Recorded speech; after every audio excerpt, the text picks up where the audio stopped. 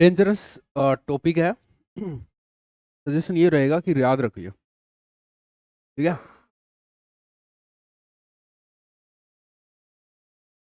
आते हैं, सुनते रहिए आप। डेंजरस टॉपिक है, याद रखने कंक्लूजन को, ठीक है। प्रूफ के पीछे मत भागना, प्रूफ समझ नहीं आएंगे, ठीक है। ठीक है, तो मैं प्रूफ शायद स्किप भी कर दूं, कोशिश भी कर लूं। अगर होगा तो देख लेंगे, अदरवाइज ठीक है, ठीक है। नंबर ऑफ इंडिपेंडेंट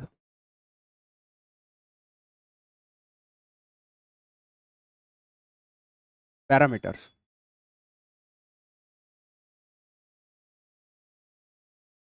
इन पहला स्क्वायर मैट्रिक्स।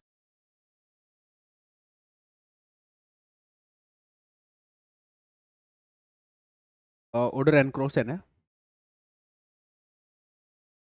पहले क्वेश्चन समझो कि पूछ क्या रहा है।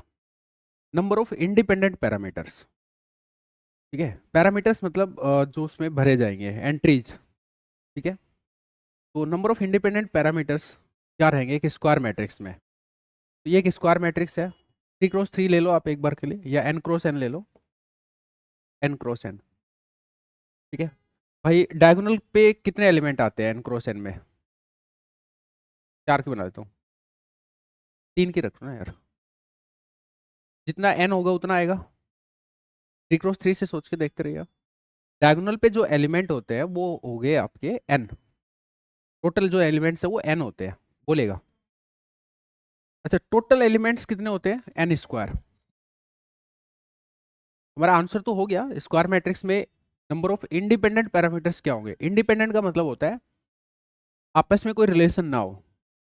कोई भी एक स्क्वायर मैट्रिक्स बोलिए आपने, एक जनरल बोला, तो भाई मैं ये कुछ ले सकता हूँ, ये कुछ भी एंट्री कुछ सारी कुछ भी ले सकता हूँ, सब फ्रीडम है। इंडिपेंडेंट है सारी। इंडिपेंडेंट का मतलब समझते हो ना भाई? स्वतंत्र रूप से रख सकते हो आप जो आपका मन करे। तो कितनी एंट्रीज रख सकते हो इन टोटल? N square. ये सबको पता है ना, एन स्क्वायर होती है, जैसे 3 बाई 3 में 9 होती है, ठीक है। अच्छा मैं आपसे पूछूं कि डायगोनल पे एन होती है, इधर कितनी होती है? ऑफ डायगोनल ये इधर कितनी होती है पता है?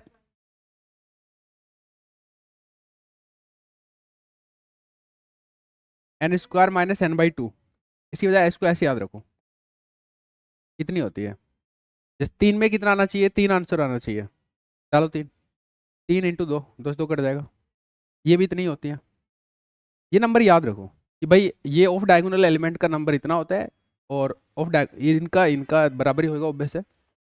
अब अगर आंसर को तुम डायरेक्ट करना चाहो तो डायरेक्ट बोल दो कि एन स्क्वायर आंसर है, या फिर ऐसे बोल सकते हो कि एन डायगोनल के, और ये इधर वाले, और ये इधर वाले, इन सब का भी सम करोगे ना तो एन स्क्वायर ही आने वाला है। चेक कर सकते हो, बाकी कोई ज़रूरत नहीं है, एन स्क्वायर ही आएगा।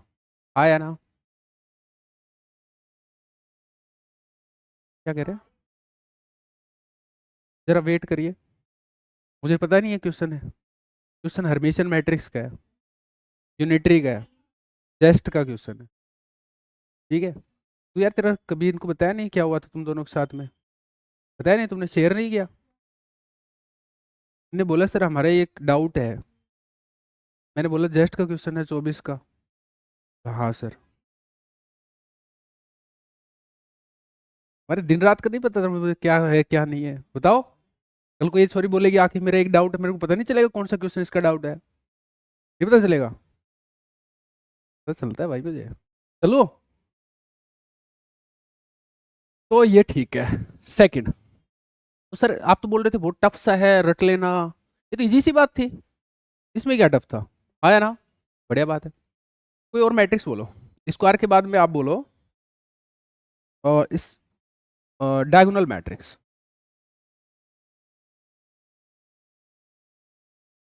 बताओ भाई, डायगोनल मैट्रिक्स में नंबर ऑफ इंडिपेंडेंट पैरामीटर्स क्या रहेगा? कोई भी एक डायगोनल मैट्रिक्स है सर, ये एंट्रीज होती है उसमें, बाकी सब तो पहले से ही जीरो फिक्स रहता है ना? अच्छा, ये जीरो फिक्स है तो इसको तुम्हारे पास फ्रीडम नहीं है रखने की। ये पहले से ही सुपर डिफाइंड है कि ये जीरो ही होंगे, सही है कि नहीं? तो इंडिपेंडेंटली जो तुम रख सकते हो वो डायगोनल वाली चीजें रख सकते हो। डायगोनल पे जो तुम्हारा मन करे वो रख सकते हो, 1 2 3 3 4 5 जो मन करे। इसका मतलब जो इंडिपेंडेंट पैरामीटर्स है उसका आंसर क्या रहेगा, डायगोनल के बराबर, एलिमेंट्स के बराबर है, एन स्क्वायर कौन बोला यार, जीरो नहीं, वो फिक्स है पहले से ही, वो इंडिपेंडेंसी नहीं है ना, इंडिपेंडेंट कितने हैं उनकी बात हो रही है, इंडिपेंडेंट कितने रख सकते हो, नंबर ऑफ, मैं कहा है मैंने, टॉपिक को ढंग से पढ़ लो, number of independent parameters, fixed है तो अपन कुछ नहीं रख सकते, फिक्स्ड है वो फिक्स्ड है, तो इंडिपेंडेंसी थोड़ी रही उसमें, इंडिपेंडेंट तो डायगोनल पे यही रख सकते हो। अच्छा, मैं क्वेश्चन में तीसरा देता हूँ, स्केलर मैट्रिक्स,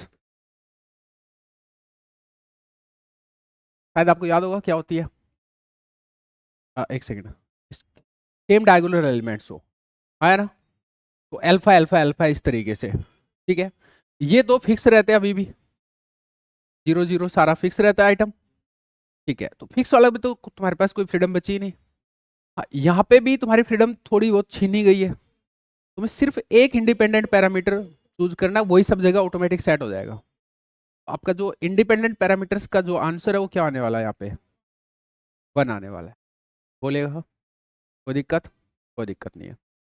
आइडेंटिटी मैट्रिक्स, देखो उड़ना कभी नहीं है, आराम से सोचना है, फिजिक्स है, आया ना, आइडेंटिटी मैट्रिक्स ये होती है कि यहाँ सब जगह जीरो होते हैं, यहाँ सब जगह वन होता है, तो आपका आंसर क्या होने वाला है, नंबर ऑफ इंडिपेंडेंट पैरामीटर्स का आंसर क्या होने वाला है, आपके पास कोई फ्रीडम ही नहीं है, सारे फिक्स है, हाँ तो बिल्कुल सही बात, आपका आंसर कोई फ्रीडम नहीं है, तो इंडिपेंडेंट पैरामीटर्स आपको जीरो होगा, ठीक है,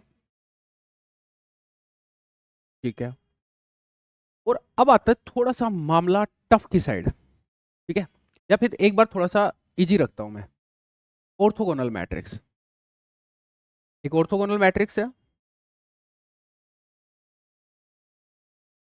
तो बताइए नंबर ऑफ इंडिपेंडेंट पैरामीटर्स क्या होगा,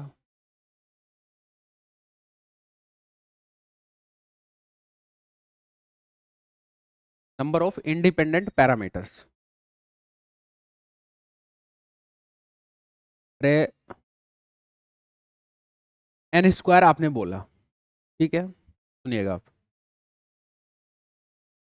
अच्छा इस क्वेश्चन को थोड़ा घुमा सकता हूं मैं, independent real parameters, number of independent real parameters, क्योंकि इसमें सारे जो हैं वो रियल ही होते हैं, तो मैं जस्ट पैरामीटर बोलता तब भी वही क्वेश्चन रहता, रियल पैरामीटर बोलता तब भी वही क्वेश्चन होता, हालांकि किसी और जगह रियल का फर्क अलग तरीके से पड़ सकता है, ठीक है, अभी के लिए रियल लगाओ ना लगाओ एक ही बात है, ये ऑर्थोगोनल की बात हो रही है, ठीक है, आंसर एन स्क्वायर है, ठीक है, बट वो आया कैसे उसको थोड़ा सा ढंग से सुनना, ठीक है, एक सेकंड, हेलो, हाँ हाँ कहाँ पे हो आप, नहीं यार थोड़ा आगे आ जाना ना यार भाई, हाँ हाँ, उससे भी थोड़ा सा आगे, 10 कदम आगे, ठीक है भेजता हूँ, अभी आप आगे क्या, यार एक बार जाइयो भाई, ओटीपी मैं दे दूंगा तेरे को ना, ए इधर आ, ए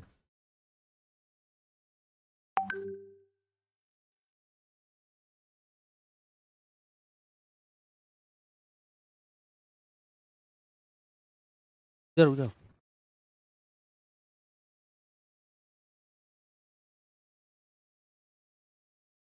जरा मेरा कुछ नहीं जा रहा, नुक्कू ले जाओ, ठीक है, रात थोड़ी है भाई, डाल ले अपने,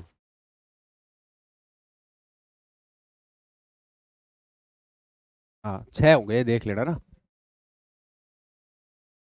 गले की आँख फाट जाएगी, आंसर एन स्क्वायर है बेटा, पर कैसे आता है वो समझा रहा हूँ।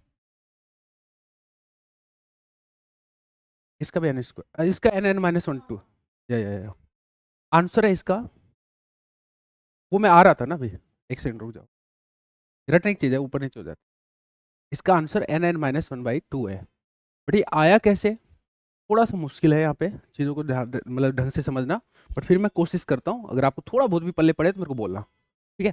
दिक्कतें क्या है डेरिवेशन में वो भी सुनना, कैसे निकालते हैं वो भी सुनना। तो रियल पैरामीटर्स की बात हो रही है, ठीक है। आंसर याद रखना है भाई, मैं पहले बोल रहा हूँ। प्रूफ आपको समझ में आए तो ठीक है, और प्रूफ हो पाए तो भी ठीक है, ना हो पाए तो भी ठीक है। तो समझो एक बार भाई, इनिशियली तो आप एक सेकेंड, हाँ भैया, हाँ 1 मिनट बस, व्हाट्सएप पे आ गया, 1 सेकेंड, 5692, हाँ ठीक है, हो गया सर, ठीक है। समझिएगा वह भाई, अपन इनिशियली तो सारी एंट्री कुछ भी भर देते हैं, उसके बाद अपन कंस्टेंट के बारे में सोचते हैं। एन स्क्वायर एंट्रीज भर सकते हो जो भी तुम्हारा मन करे हो, लेकिन होता है ना कि इसमें कुछ तो कंस्टेंट आएंगे, जो भी इसकी कंडीशन होती है, जो भी इसकी डेफिनेशन होती है। लाइक इसकी डेफिनेशन क्या होती है कि ट्रांसपोज है वो किसके बराबर होना चाहिए, इनवर्स के बराबर होना चाहिए। इससे कुछ ना कुछ रिस्ट्रिक्शन तो आएगा एलिमेंट पे, हालांकि रिस्ट्रिक्शन देखना पाना थोड़ा बड़ा मुश्किल रहेगा, आया ना। तो इनिशियली आपके पास जो नंबर है वो एन स्क्वायर है। अब जो भी कंस्टेंट आएंगे वो घटा देना भाई, आपका आंसर आ जाएगा। कंस्टेंट्स, आपका आंसर आ जाएगा। बोलो, अब कंस्टेंट देखते हैं कितने होंगे। तो एक तो ये कंडीशन है, इसके अलावा ऑर्थोगोनलिटी में जैसे ये आपकी इस तरीके से ऑर्थोगोनल मैट्रिक्स हो 3 by 3 की, तुम्हें एक कंस्टेंट तो ये होता है कि वैसे मैं थोड़ा हरमीशन पहले लेता तो ज़्यादा सही रहता, बट ठीक है अब तो ले लिया जो ले लिया।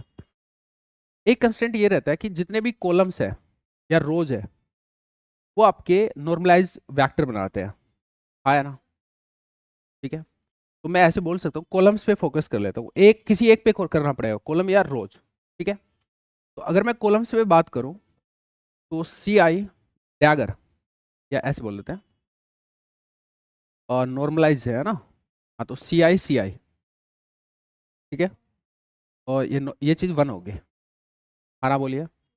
अच्छा, ऐसी कितने इक्वेशन रहेंगे, I equal to 1 2 3 N, N cross N की बात हो रही है ना यार, एन स्क्वायर लिखा हुआ है तुमने, ऐसे एन इक्वेशंस होंगे नहीं होंगे, मतलब हर कॉलम है वो नॉर्मलाइज होगा। तो हर कॉलम के जो एलिमेंट्स हैं उनका जो सम है वो आपका मोड का स्क्वायर का 1 आने वाला है। समझ गया ना, नॉर्मलाइजेशन तो समझते ही हो, वो थोड़ी बताने की जरूरत है। तो अब ये ना, इससे क्या हुआ सुनना, जिसमें एक कॉलम की अगर बात करूं C1 C2 C3 एलिमेंट्स हो अगर उसके, या कुछ और ले लो, अल्फा बीटा गामा हो, अल्फा ई बीटा ई ऐसे कुछ हो, या अल्फा 1 अल्फा 2 अल्फा 3 ऐसे कुछ हो, नहीं नहीं, अल्फा बीटा गामा लेते हैं चल, अल्फा बीटा गामा, ये पहला कॉलम हो, ठीक है। तो ये इस कंडीशन का मतलब है, मैं सारे कॉलम्स को ऐसे डिनोट कर सकता हूँ। इस कंडीशन का मतलब है अल्फा आई का मोड का स्क्वायर प्लस बीटा आई के मोड का स्क्वायर प्लस गामा आई के मोड का स्क्वायर इक्वल टू 1। यस और नो बोल दो आप तो। और ये आई अगेन कहाँ से कहाँ तक है यहाँ पे, वापस एन कॉलम्स है तो एन इक्वेशंस होंगे। अगर एन इक्वेशंस है आपके पास में, ठीक है, पैरामीटर्स तो इन्वॉल्व है, ये पैरामीटर्स ही हैं जो तुम्हारे थे वही है ये, आया ना। तो इन पैरामीटर्स के बीच में एन इक्वेशंस है, ये समझिएगा, ये मैट्रिक्स के एलिमेंट ही हैं आपके, बोलिएगा यार प्लीज। मैट्रिक्स के एलिमेंट्स के बीच में एन इक्वेशंस है, यानी कि एन रिलेशंस है वहां पे, एन रिलेशंस है। रिलेशन ही तो कंस्टेंट होते हैं, थोड़ा बहुत क्लासिकल पढ़ा हो तो, कंस्टेंट का मतलब रिलेशन ही होता है, आपस में कितने रिलेशन है। तो ये रिलेशन तो घटाने पड़ेंगे, समझे क्या। इन टोटल यहां से इस पर्टिकुलर कंडीशन से एन कंस्टेंट आ रहे हैं, अगर आपको समझ में आया तो बता दो, नहीं समझ में आया तो मैं फिर कुछ और करता हूं, बताओ भाई। एन कंस्टेंट है, हालांकि आंसर रट रहा है जो मैंने पहले लिख दिया था कहीं ना कहीं, बट फिर भी थोड़ा बहुत समझ में आया तो ठीक है। तो अभी एक कंस्टेंट तो ये आ गया, अपन क्या करेंगे पहले सारे टोटल कंस्टेंट निकाल लेते हैं और फिर उनको जोड़ के यहाँ पे डाल देंगे, ठीक है। अच्छा, और क्या कंडीशन होती है, कॉलम्स है ना आपके ऑर्थोगोनल भी होते हैं, normalise and orthogonal, orthonormal होते हैं। तो सी आई और सी जे इक्वल टू क्या रहेगा 0। आई और जे यहाँ पर क्या क्या जाएंगे दोनों, आई और जे आपके जाएंगे 1 2 3, ठीक है, बट आई और जे बराबर नहीं होंगे, आई और जे बराबर नहीं होंगे। इसका मतलब ये कितनी इक्वेशन हुई, ये दिमाग लगाओ भाई। सर 3 का एग्जांपल ले लेते हैं ना, तो C1 C2 का होगा, C2 C3 का होगा, C3 C1 का होगा, तीनों कॉलम म्यूचुअली ऑर्थोगोनल है। इसका मतलब ये हुआ 3 इक्वेशन, आया ना, पक्का यही कह रहा है यार ये तो, आया ना। तो कंस्टेंट, अच्छा 3 इक्वेशन तो वापस 3 रिलेशन, आया ना। पर यार तो ये तो कॉलम पे अपने बता दिए, कॉलम पे एक कंस्टेंट पहले आ गया था, कॉलम पे एक और कंस्टेंट आ रहा है।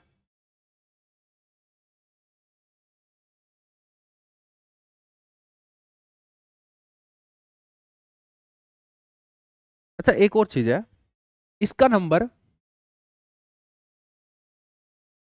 3 होगा ये तो ठीक है, लेकिन 3 ऐसे भी तो आता है 3/3 में।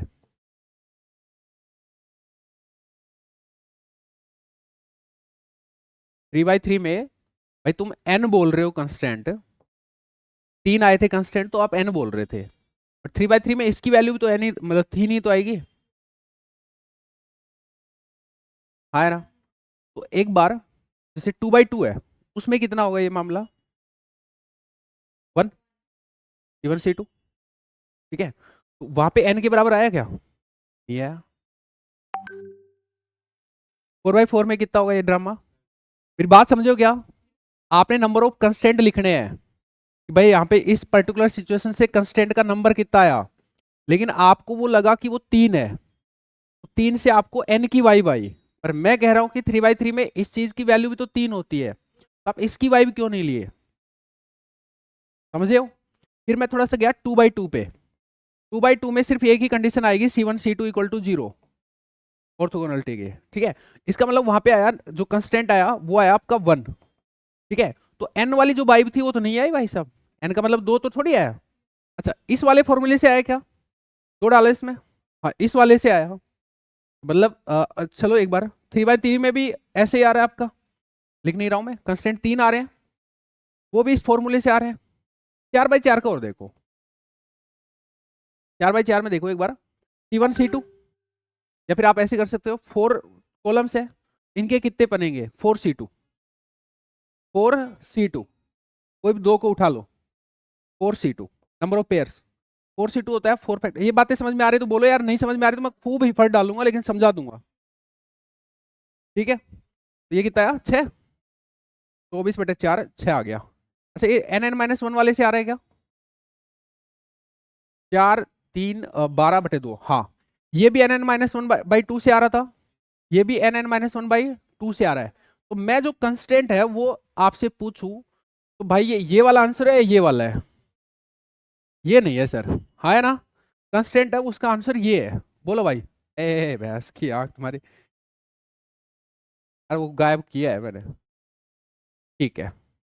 अच्छा भाई लोग, तो अब टोटल कंस्टेंट कितने हो गए, दिस प्लस दिस, आरा बोलो, और कोई कंस्टेंट नहीं। यही बात रो पे लगाओगे तो रिपीटेशन हो जाएगा, क्योंकि बात तो एलिमेंट्स की हो रही भाई, ले देख के, कि आप कॉलम के थ्रू कर लो या ची रो के कर लो। बात मैं लिखना चाहता हूँ, अगर कोई मतलब नोट्स बनाए तो उसको ये बात लिखनी है, मैं वापस बोलता हूँ, आपके दिमाग में ये आ रहा है, ऐसे कैसे लिखना हिंदी में, आपके दिमाग में ये आ रहा है कि सर रोज के साथ भी तो यही सिचुएशन रहती है, मतलब ऑर्थो नॉर्मल होती है, उसके लिए हम यहाँ पे क्यों नहीं लगाए, सिर्फ कॉलम पे ही क्यों लगाए, ठीक है।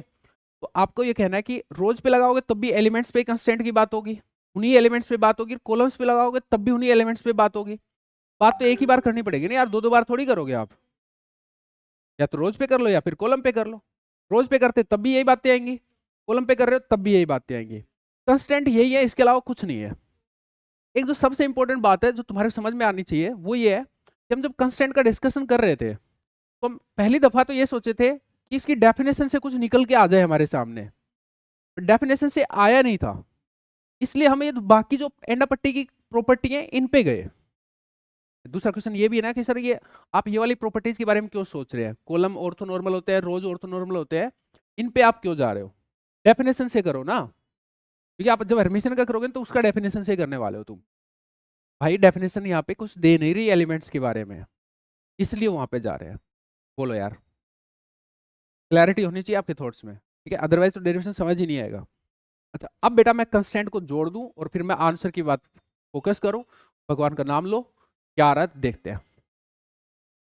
N square minus N plus N N minus one by two, ठीक है। अब मैं ये डेरिवेशन इसलिए करा रहा हूँ, कभी भाई प्रोफेसर हराम में होते हैं, तो जरूर नहीं है वो डायरेक्ट रिजल्ट पूछेगा, रिजल्ट तो बच्चे रट लेंगे, उसको पता है, तो कुछ और चीजें पूछ ले, डेरिवेशन होगा तो चीजें पता लग जाएंगी, है ना।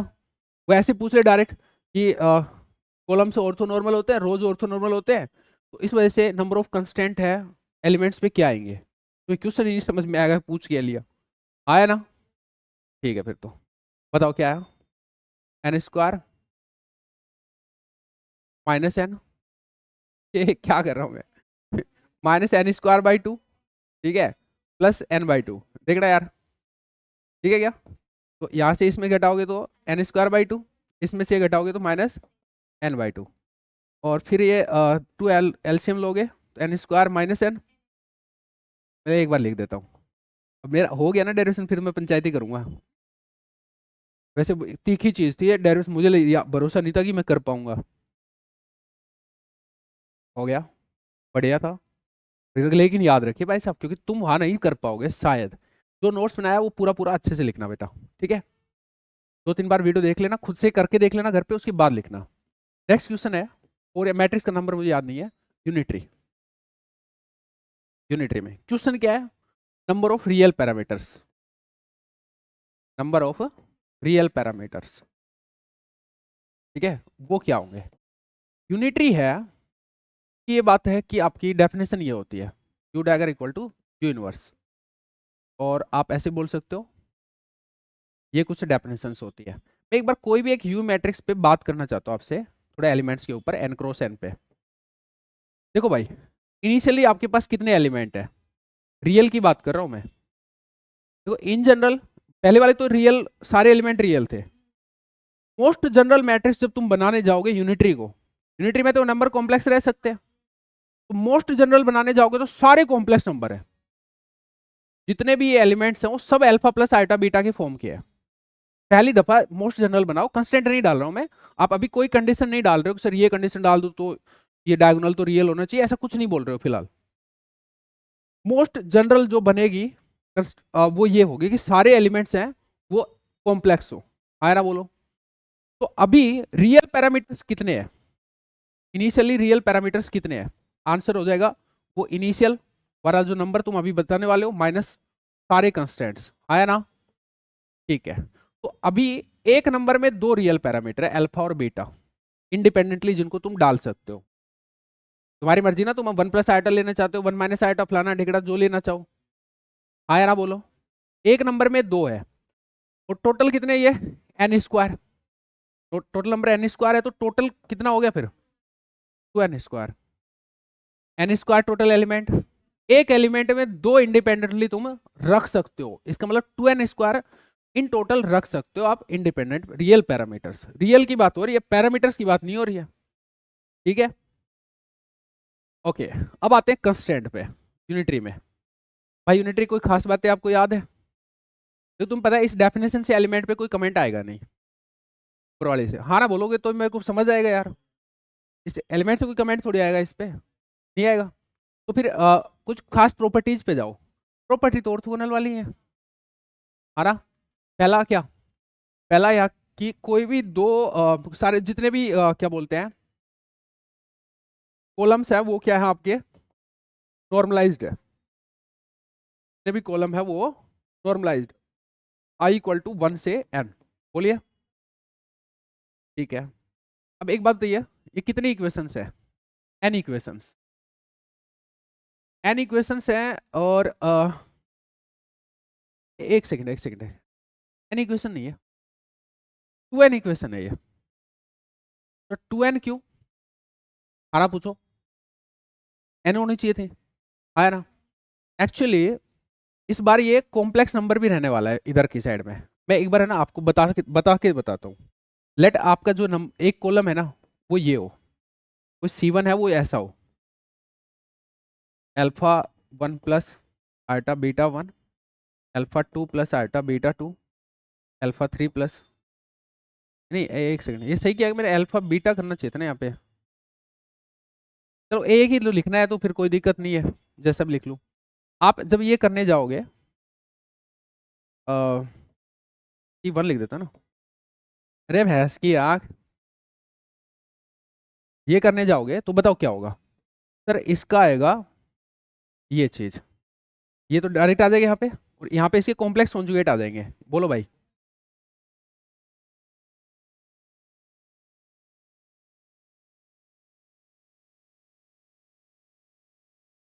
ठीक है, इक्वल टू 1। मुझे पूरा बताए दो क्या आ रहा है सर। ये आ रहा है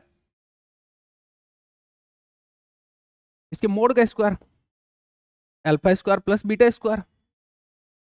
मोड का स्क्वायर तो ये होता है,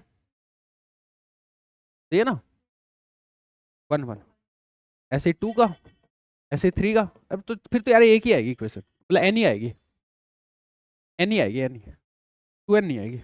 बढ़िया है, तो अपन क्यों रटे किसी चीज। चलिए आप 2n से n पे क्यों चले गए, पहले 2n क्यों सोच रहे थे आप।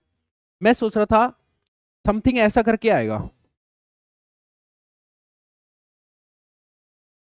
तो मैं सोच रहा था एक इस पे के करस्पॉन्डिंग, एक इसके करस्पॉन्डिंग, क्योंकि रियल ये हो जाती तो दो इक्वेशन बोलता मैं इसको।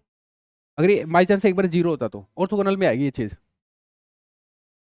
तो अभी ये भी चीज, ये भी चीज जीरो, एक कॉम्प्लेक्स नंबर जीरो है, उसका मतलब हुआ, आप देखो जीरो प्लस आइटा जीरो लिखिए, तो ये आइटम जीरो, ये आइटम जीरो, तो ये एक इक्वेशन की दो इक्वेशन बनती है। मैं अभी कुछ नहीं समझा रहा, आप एक बात तो अभी आपको समझ में आया कि जो कंस्टेंट है वो एक इक्वेशन आई। भाई एक इक्वेशन है, एक ही बोल लूंगा, आया ना। एन इक्वेशन टोटल बन जाएंगे क्योंकि एन कॉलम है, एन कंस्टेंट लिख दूं यहाँ पे। यार तुम कॉन्फिडेंटली नहीं बोलोगे, मेरे को समझ नहीं आएगा कि तुम्हें समझ में आ रहा। मेरे से 3 बार पूछ लो, 8 बार पूछ लो, लेकिन हाँ बोलो यार। कंस्टेंट एन है। दूसरी कंडीशन बेटा क्या थी आपकी, CI CJ जीरो होगा, ठीक है, जीरो होगा। और अभी अभी अपने समझ में आया था कि ये जो इक्वेशंस हैं वो बनती है, इक्वेशंस बनती है n(n-1/2), थोड़ी देर पहले समझाया था, ठीक है। लेकिन यहाँ पे है ना, ये इसका ट्वाइस बनने वाला है, मैं अभी बताता हूँ क्यों इसका ट्वाइस होगा, क्यों सुनना। इतना इक्वेशंस बनेगी तो कंस्टेंट भी यही आ जाएंगे, फिर सुनना है इसका ट्वाइस क्यों हो रहा है, इस नंबर का ट्वाइस क्यों हो रहा है। चलो आओ, एक को देखो आप, वो कॉलम जो आपने लिया था ना उसको देखो, तो ये दूसरा है CJ है, और ये आपका C1 है, C1 C2, ठीक है। इसको आप ले लो alpha 1 minus iota beta 1, alpha 2 minus iota beta 2, alpha 3 minus iota beta 3। इसको ले लो A1 प्लस A1 लेना पड़ेगा ना, हाँ, eta B1, A2 plus eta B2, A3 plus eta B। भाई दोनों डिफरेंट डिफरेंट कॉलम थे यार, जीरो। अब आप यू करोगे, करो, इसका इसके साथ मल्टीप्लाई करोगे, तो अब समझ जाना आप कि this plus eta something equal to this आएगा। भाई मैं करके नहीं बता रहा हूँ यार, आएगा ना। तो अब अगर कोई कॉम्प्लेक्स नंबर जीरो होता है, उसका मतलब ये होता है, मतलब ये पार्ट भी जीरो और ये पार्ट भी जीरो। तो एक्चुअल में यहाँ पे एक इक्वेशन के दो पार्ट होके दो इक्वेशन बन गई, एक इक्वेशन दो कंस्टेंट पुट कर रही है। हाँ ना बोल देंगे आप। तो टोटल नंबर ऑफ इक्वेशन क्या थी, थोड़ी देर पहले आपने सीखा था ये, अगर वो सीधे सीधे बनती, एक की एक ही बनती तो, एक के पार्ट हुए दो तो ट्वाइस कर लो। तो अभी जो कंस्टेंट है वो यही हो गया नंबर ही, बस। अब इसके अलावा और कोई कंडीशन डालने की जरूरत है नहीं। रो पे वापस से वही नहीं डालोगे, क्योंकि कॉलम पे डालो या रो पे डालो, बात तो एक ही एलिमेंट, उन्हीं एलिमेंट्स की हो रही है। तो अब घटा लो, आपका काम हो जाएगा। बोलो, तो 2n स्क्वायर माइनस बेटा एन आया था, और plus twice of N N minus one बटे दो, ये आपका आंसर है। चलो राम का नाम लेके इसको सोल्व कर लेते हैं। इसमें टू से टू कट गया, N plus N square minus N, ये भी कट गया, इसमें से N square, that's your answer and perfectly right, perfectly right. Unitary में क्या आंसर है, एन स्क्वायर। मैं कंक्लूड बाद में कर दूंगा, पहले आपको डेरिवेशन ही समझना है। आया, ये सबसे टफेस्ट डेरिवेशन थे ये इस चैप्टर के, फिर भी समझ में आया पक्का? बढ़िया है, खुद से करवा लूंगा मैं थोड़ी देर में, समझ में आया तो। हर्मिशियन, कुछ ऐसी बातें आप भी मत बोला करो जिनसे दिल दुखे। आया ना, हर्मिशियन।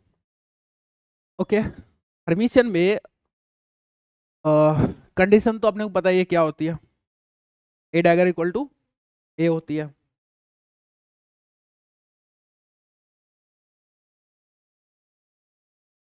अच्छा एक सेकंड, पहले क्वेश्चन क्या पूछा है, number of independent real parameters पूछा है। क्या पूछा है, रियल पैरामीटर्स, ये ध्यान रखना है भाई, रियल पैरामीटर्स पूछा है, ठीक है। अच्छा, परमिशन की कंडीशन वगैरह तुम्हें पता है, ए डैगर ए, तुम्हें ये पता है कि जे आई है वो आपका, इसका स्टार है वो आपका ए आई जे रहता है। यहाँ पे एलिमेंट पे कंस्टेंट लिख सकते हैं अपन, आया ना। अच्छा, और ये है आई नॉट इक्वल टू जे के लिए, और ये आपका है आई इक्वल टू जे के लिए। बोलेगा भैया एलिमेंट पे एक कंस्टेंट ये जरूर आता है वहां पे, और अगर आपको ये कंस्टेंट पहले से ही पता तो अच्छी बात, आपकी हेल्प होने वाली है। ऑर्थोगोनल और यूनिटरी तो इवन टफ केस थे। मुझे सबसे पहले ये बताइए, इन जनरल एक मोस्ट जनरल हर्मिशियन में लिखूं शुरुआत में बिना कंस्टेंट के बारे में सोचे, तो उसमें जो नंबर्स हैं वो कैसे लूंगा मैं, ये नंबर लेने वाला हूं मैं, मोस्ट जनरल की बात कर रहे हो तो कॉम्प्लेक्स, ठीक है। इस पे एक ही है ऑर्थोगोनल जिस पे रिस्ट्रिक्शन है कि रियल हो सकते हैं, बाकी तो भाई सब जगह कॉम्प्लेक्स लिखूंगा जब मोस्ट जनरल की बात हो रही है तो। अगर ये सारे जो नंबर्स हैं,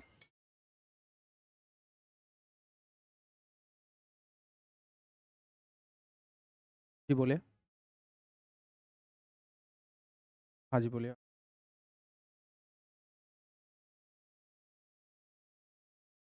हाँ,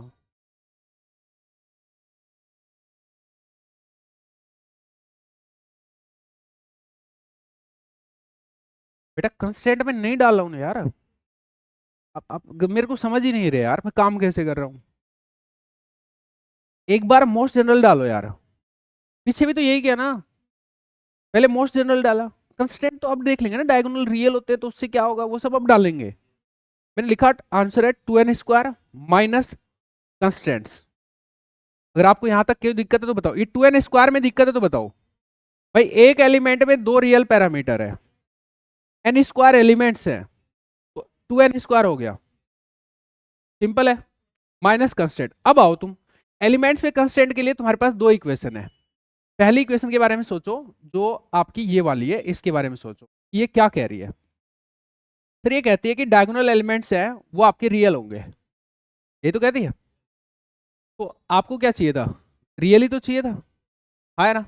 डायगोनल एलिमेंट आपने पहले कितने पैरामीटर ले लिए थे, पहले ले लिए थे आपने टू एन, पर अब समझ में आ रहा है कि भाई वो तो एन ही होने चाहिए। तो अभी कंस्टेंट कितने आए, एन कंस्टेंट, घटाने पड़ेंगे ना आपको, नहीं समझ में आया भाई। टू एन एलिमेंट्स ले रखे इंडिपेंडेंट, आपको उनमें से ये समझ में आ गया कि बीटाज तो उनके सबके जीरो होने चाहिए, तो इंडिपेंडेंट मतलब फिर कंस्टेंट कितने हुए सारे, एन बीटा, मतलब beta one beta two beta three beta N, ये सब जीरो होने चाहिए। तो ये कितनी इक्वेशन है, एन इक्वेशन है। Beta one zero, beta two zero, beta N zero, समझ गए भाई। अब मैं अगर उसको सबको अल्फा प्लस आयोटा बीटा, ये वाला डायगोनल एलिमेंट्स को मैं ऐसे लिखूं, तब की बात कर रहा हूं मैं, तब की बात कर रहा हूं, डायगोनल एलिमेंट्स पे बात कर रहा हूं सिर्फ और सिर्फ। इनमें सबका बीटा जीरो होना चाहिए, और एलिमेंट्स पे एन इक्वेशन है, एन इक्वेशन है, तो आपका जो कंस्टेंट है वो भी एन हो गया। बोलिए क्या बेहतर तरीके से समझ में आया। ठीक है, तो ठीक है, एक बार रखते हैं, अभी सारा तो आया नहीं है तो आंसर पे तो बाद में बात करेंगे। अब इसके बारे में सोचिए कि ये क्या कह रही है, ये क्या कह रही है, इसके बारे में सोचते हैं। तो जैसे अपन क्या करते हैं, एलिमेंट ले लेते हैं, ऑफ डायगोनल एलिमेंट कोई ले लेते हैं और उससे क्या आ रहा है वो देख लेते हैं। ठीक है, मान लो अपन ये वाला एलिमेंट ले लें, ये वाला अपन ने ले लिया, let alpha plus iota beta. ठीक है, तो इसका ये वाला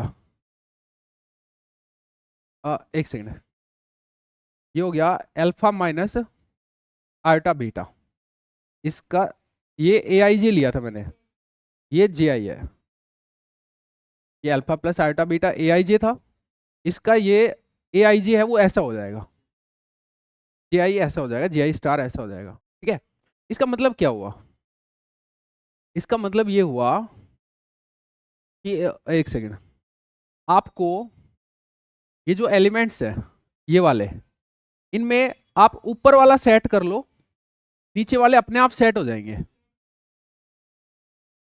फिर बात को ढंग से सुनना, इसको ऐसे मत सोचो, ऐसे सोचो, ऊपर वाले की तुम लिख लो जो तुम्हारी मर्जी करे, उधर वाले उसके हिसाब से ऑटोमेटिक खुद ही आ जाएंगे, तुम्हें उनके बारे में सोचने की जरूरत नहीं है, आपको सिर्फ ये वाले लिखने हैं, वो अपने आप अराइज होंगे, क्योंकि उनके बीच में, दोनों के बीच में ये कनेक्शन है। आना बोलो, तो तुम्हें कितने लिखने पड़े, n minus one by two into two, real parameters independently कितने लिखने पड़े, ये इतने लिखने पड़े। ठीक है, अच्छा, इतने लिखने पड़े हैं, तो कंस्टेंट क्या है कि इतने नहीं लिखने पड़े, तो इतने ही कंस्टेंट हो गए, भाई इतने नहीं लिखने पड़े तो यही कंस्टेंट हो गए, आया ना, पक्का ना। तो फिर अब आंसर क्या हो गया, फिर यही कंस्टेंट हो गया, मैं लिख दूं, लेकिन ये कंस्टेंट इधर से लिखना पड़ेगा मुझे कि भाई ये तुम लिख नहीं पा रहे हो, ये कंस्टेंट है तुम पे। कंस्टेंट क्या होता है, कोई प्रतिबाधा, कोई कंडीशन, कंडीशन ये है कि इनको तुम नहीं लिख सकते, कितनों को नहीं लिख सकते, इतने रियल पैरामीटर्स को नहीं लिख सकते, रियल पैरामीटर्स पे ही कंडीशन देखनी है अपने को, ट्वाइस ऑफ दिस इतना नहीं लिख सकते। मैं इस नंबर को लिख दूं यहाँ पे डेरिवेशन पर्पज से, बाकी तुम्हें पता तो चल ही रहा है। ठीक है, तो आंसर हो जाएगा बेटा 2n² इनिशियली था क्योंकि सारे कॉम्प्लेक्स हो सकते हैं, माइनस एक आपका डायगोनल एलिमेंट्स रियल होते हैं, इसलिए जो बीटा है सबका 0 जाएगा, इसलिए n इक्वेशंस बनेंगी, तो n कंस्टेंट हो गए। दोबारा एक्सप्लेन कर रहा हूँ सारा कुछ। एक जो ऑफ डायगोनल एलिमेंट्स है उनकी फील्डिंग एक जगह से सेट हो जाती है, तो आपको ये वाले लिखने ही नहीं है, तो ये इंडिपेंडेंट पैरामीटर सबको मतलब क्या बोलते हैं, ये इतने कंस्टेंट हो गए क्योंकि इनको लिखना ही नहीं है, इनकी फील्डिंग सेट होगी, कितनों की फील्डिंग सेट होगी अपने आप से ही, इंटू टू की। ठीक है, यहां से जो आंसर आएगा वो हमारा एकदम परफेक्टली सही होना चाहिए, और आंसर वही आएगा जो थोड़ी देर पहले आया था, क्योंकि कैलकुलेशन वही है। मैं कर देता हूं, मैं इतना ही आ गया हूं तो फिर क्यों अपन वो कुछ करे, बोलिए। हरमीशन में भी n² ही आंसर है, बेटा मारना चाहो बेटा मार लो, समझ आया तो बहुत अच्छी बात है, लेकिन आना भी चाहिए समझ में, इतना डिफिकल्ट भी नहीं है कि मैं बोल दूं कि यार बन ही नहीं रहा मामला, हाँ या ना। क्वेश्चन पे अपन चलते हैं, एंटी हरमीशन पे, बेटा सबको अच्छे अच्छे से कर लेना, तो जो भी जो बना रही है तू बना दे पूरा मैट्रिक्स का, तो है ना, और टाइम लेना, कोई दिक्कत नहीं है। एंटी हरमीशन पे या स्क्यू हरमीशन जो भी आप बोलना चाहे, वापस से फोकस करो, फोकस करो चीज़ों पे फोकस करो। आप थोड़ा बहुत जानते हैं इसको, हाँ जानते हैं डेफिनेशन, लेकिन डेफिनेशन से घंटा हमारे पास कुछ आया नहीं, लेकिन एक बात है कि डेफिनेशन से मतलब एलिमेंट्स पे तो यहाँ पे भी कुछ ना कुछ तो होता है, बेटा लिख लो आप, ए जे आई का स्टार है माइनस ए आई जे होता है, और जो डायगोनल वाले हैं उस पे ये आ जाएगा, क्या कहती है बाद में आएंगे, वैसे पता है आपको कि आइदर 0 और प्योरली इमेजिनरी है।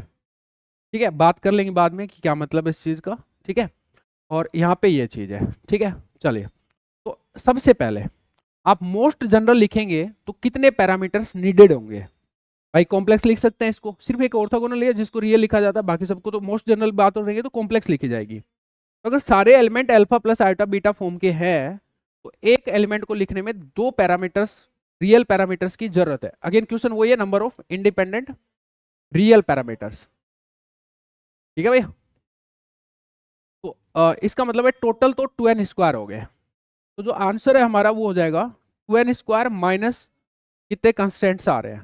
ठीक है, चलिए अब कंस्टेंट पे बात करते हैं। एलिमेंट पे हमारे पास दो कंडीशन है, एक डायगोनल पे कंडीशन है, एक ऑफ डायगोनल पे कंडीशन है। तो सारे एलिमेंट्स पे कंडीशन पता है अपने को, और एक्स्ट्रा कुछ चीज की जरूरत नहीं है। बीच वाले में भी ये बात मुझे बोलनी चाहिए थी। तो तुम्हें एलिमेंट्स पे कंस्टेंट चाहिए, एक बार तुम्हें डायगोनल वालों पे पता है, एक बार तुम्हें ऑफ डायगोनल वालों पे पता है। तो और क्या एलिमेंट और बाहर थोड़ी होते हैं उसके, इतना ही चाहिए तुम्हें तो। बढ़िया सर, ये तरीका और भी अच्छा लगा। हारा बोल दो। तो चलिए डायगोनल वाले एलिमेंट्स पे बात करते हैं। जो कंडीशन 1 है वो क्या कह रही है बेटा, वो थी ये वाली चीज थी, है ना? है? पहले डायगोनल पे, ऑफ डायगोनल बाद में बात करेंगे। ये वैसे अपने को पता है कि आइदर जीरो या फिर प्योरली इमेजिनरी, ऐसा कुछ नंबर होगा। तो जीरो हुआ तो भी रखना तो पड़ेगा ही, है ना? और आयोटा बीटा हुआ तो आपको अल्फा को जीरो करना पड़ेगा। ठीक है, तो आइदर जीरो प्योर इमेजिनरी के बजाय अपन, मैं मान लूं एक बार के लिए एक सिचुएशन ऐसी मान लूं कि सारे ही जीरो है, सारे सारे प्योरली इमेजिनरी है। बिल्कुल सारे ये जो डायगोनल है वो प्योरली इमेजिनरी है। ठीक है, प्योरली इमेजिनरी है, इसका मतलब बेटा जी ये हुआ कि ये सारे जीरो है, ये सारे जीरो है। इसका मतलब ये हुआ, अच्छा ये प्योरली इमेजिनरी माना, कोई गलत थोड़ी कर दिया। अदर जीरो प्योरली इमेजिनरी हो सकते हैं, तो इट्स ओके। अगर कोई जीरो भी हुआ तो मुझे मानना पड़ेगा कि बीटा जीरो है, उस पर भी जाना चाहते हो तो बीटा को जीरो मानना पड़ेगा। ठीक है, तो वो भी तो कुछ रखना ही पड़ा है ना तुमको। आप इमोशनल तो यही बात हुई, जीरो वाला केस इसमें कवर्ड है, मैं ये कहना चाह रहा हूं। तो अभी जो इक्वेशन आई वो ये आई है, और ये बता दो भाई कितनी इक्वेशन है, कंस्टेंट कितने n है। मैथमेटिकली समझा रहा हूँ सारी बात, कोई वर्बल कम्युनिकेशन नहीं कर रहा हूँ। समझ में एकदम 100 की 100 आना चाहिए भाई साहब। दिक्कत है तो अभी बोल दो, नहीं है? बढ़िया है। अच्छा वो जीरो वाली बात दोबारा बताओ या समझ में आ गया? देखो मैं दोबारा बता देता हूँ। अगर कोई जीरो होता है तो भाई तुम इसको जीरो लेने वाले हो ना, तो तुमने रखा है इसको, भाई ये भी जीरो है, ये भी जीरो है, तुमने रखा है, ये रखना पड़ेगा, तुम्हें चाहिए, इंडिपेंडेंटली रख रहे हो ये, सही है ना? ठीक है, तो एन आ गया। दूसरा अब चलते हैं अपन दूसरी कंडीशन पे, ऑफ डायगोनल पे। ऑफ डायगोनल ये कहती है कि ये ऐसे होंगे। एक काम करते बेटा, या ठीक है, इसका मतलब ये होता है, डायगोनल को छोड़ो, कि इधर वालों की फील्डिंग सेट तुम कर लो, इधर वालों की ऑटोमेटिक हो जाएगी, आया ना? इधर वालों की फील्डिंग सेट कर लो, इधर वालों की अपने आप हो जाएगी। ठीक है, इसका मतलब इनकी ये जो यहाँ पे जो रियल पैरामीटर्स आ रहे थे, कितने थे यहाँ पे? n(n-1/2) का ट्वाइस। इनकी फील्डिंग सेट हो गई, मतलब इतने इक्वेशंस बन गए, इतने कंस्टेंट हो गए, इतने आपको लिखने की जरूरत ही नहीं है। क्लियर है? तो बस अब टोटल कंस्टेंट आ गए, तो 2n² minus n plus 2n(n-1/2), और ये वापस आंसर क्या आ गया? n²। हालांकि मुझे एक बार चेक कर लेना चाहिए, बाकी सही है मेरे हिसाब से, हाँ ना? रियल पैरामीटर्स की बात हुई थी। ठीक है, अच्छा मैं क्वेश्चन को थोड़ा सा घुमाता हूं।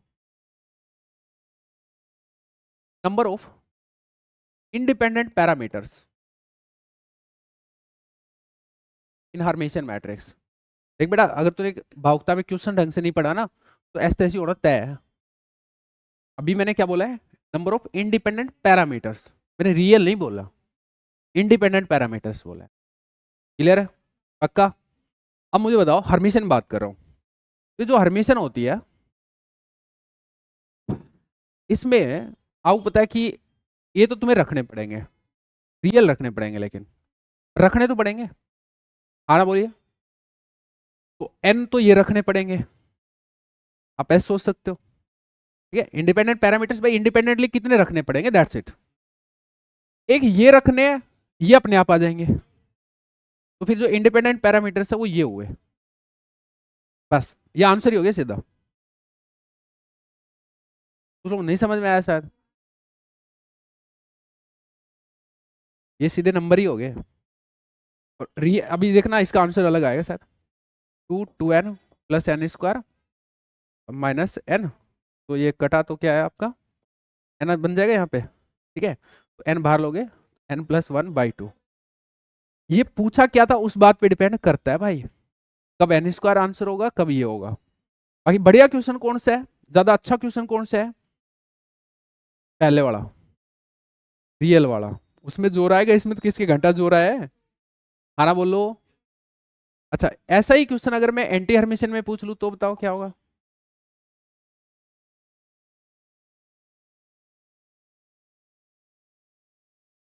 आइटा बीटा जो, लेकिन रखने तो पड़ेंगे, या जीरो रखने तो पड़ेंगे तुमको, एन रखने पड़ेंगे इंडिपेंडेंटली।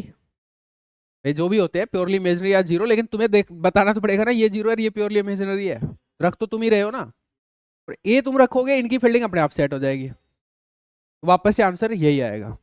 बोलो पक्का, बेटा कोई डाउट है। ठीक है, और बताओ।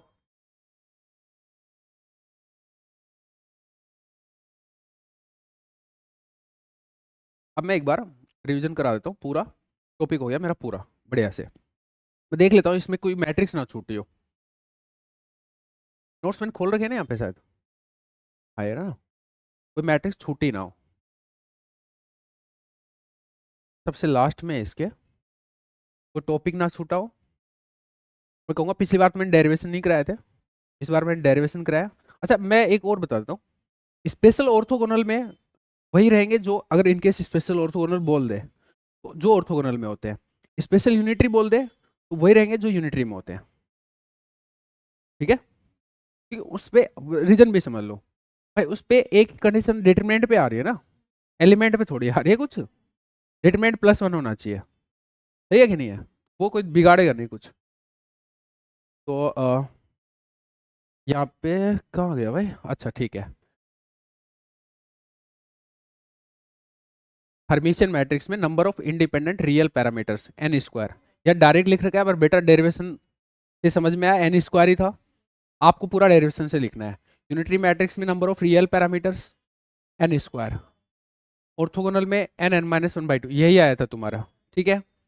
और स्क्यू हर्मिशियन में ये पता क्या है, रियल पैरामीटर्स नहीं है ये, इंडिपेंडेंट पैरामीटर्स।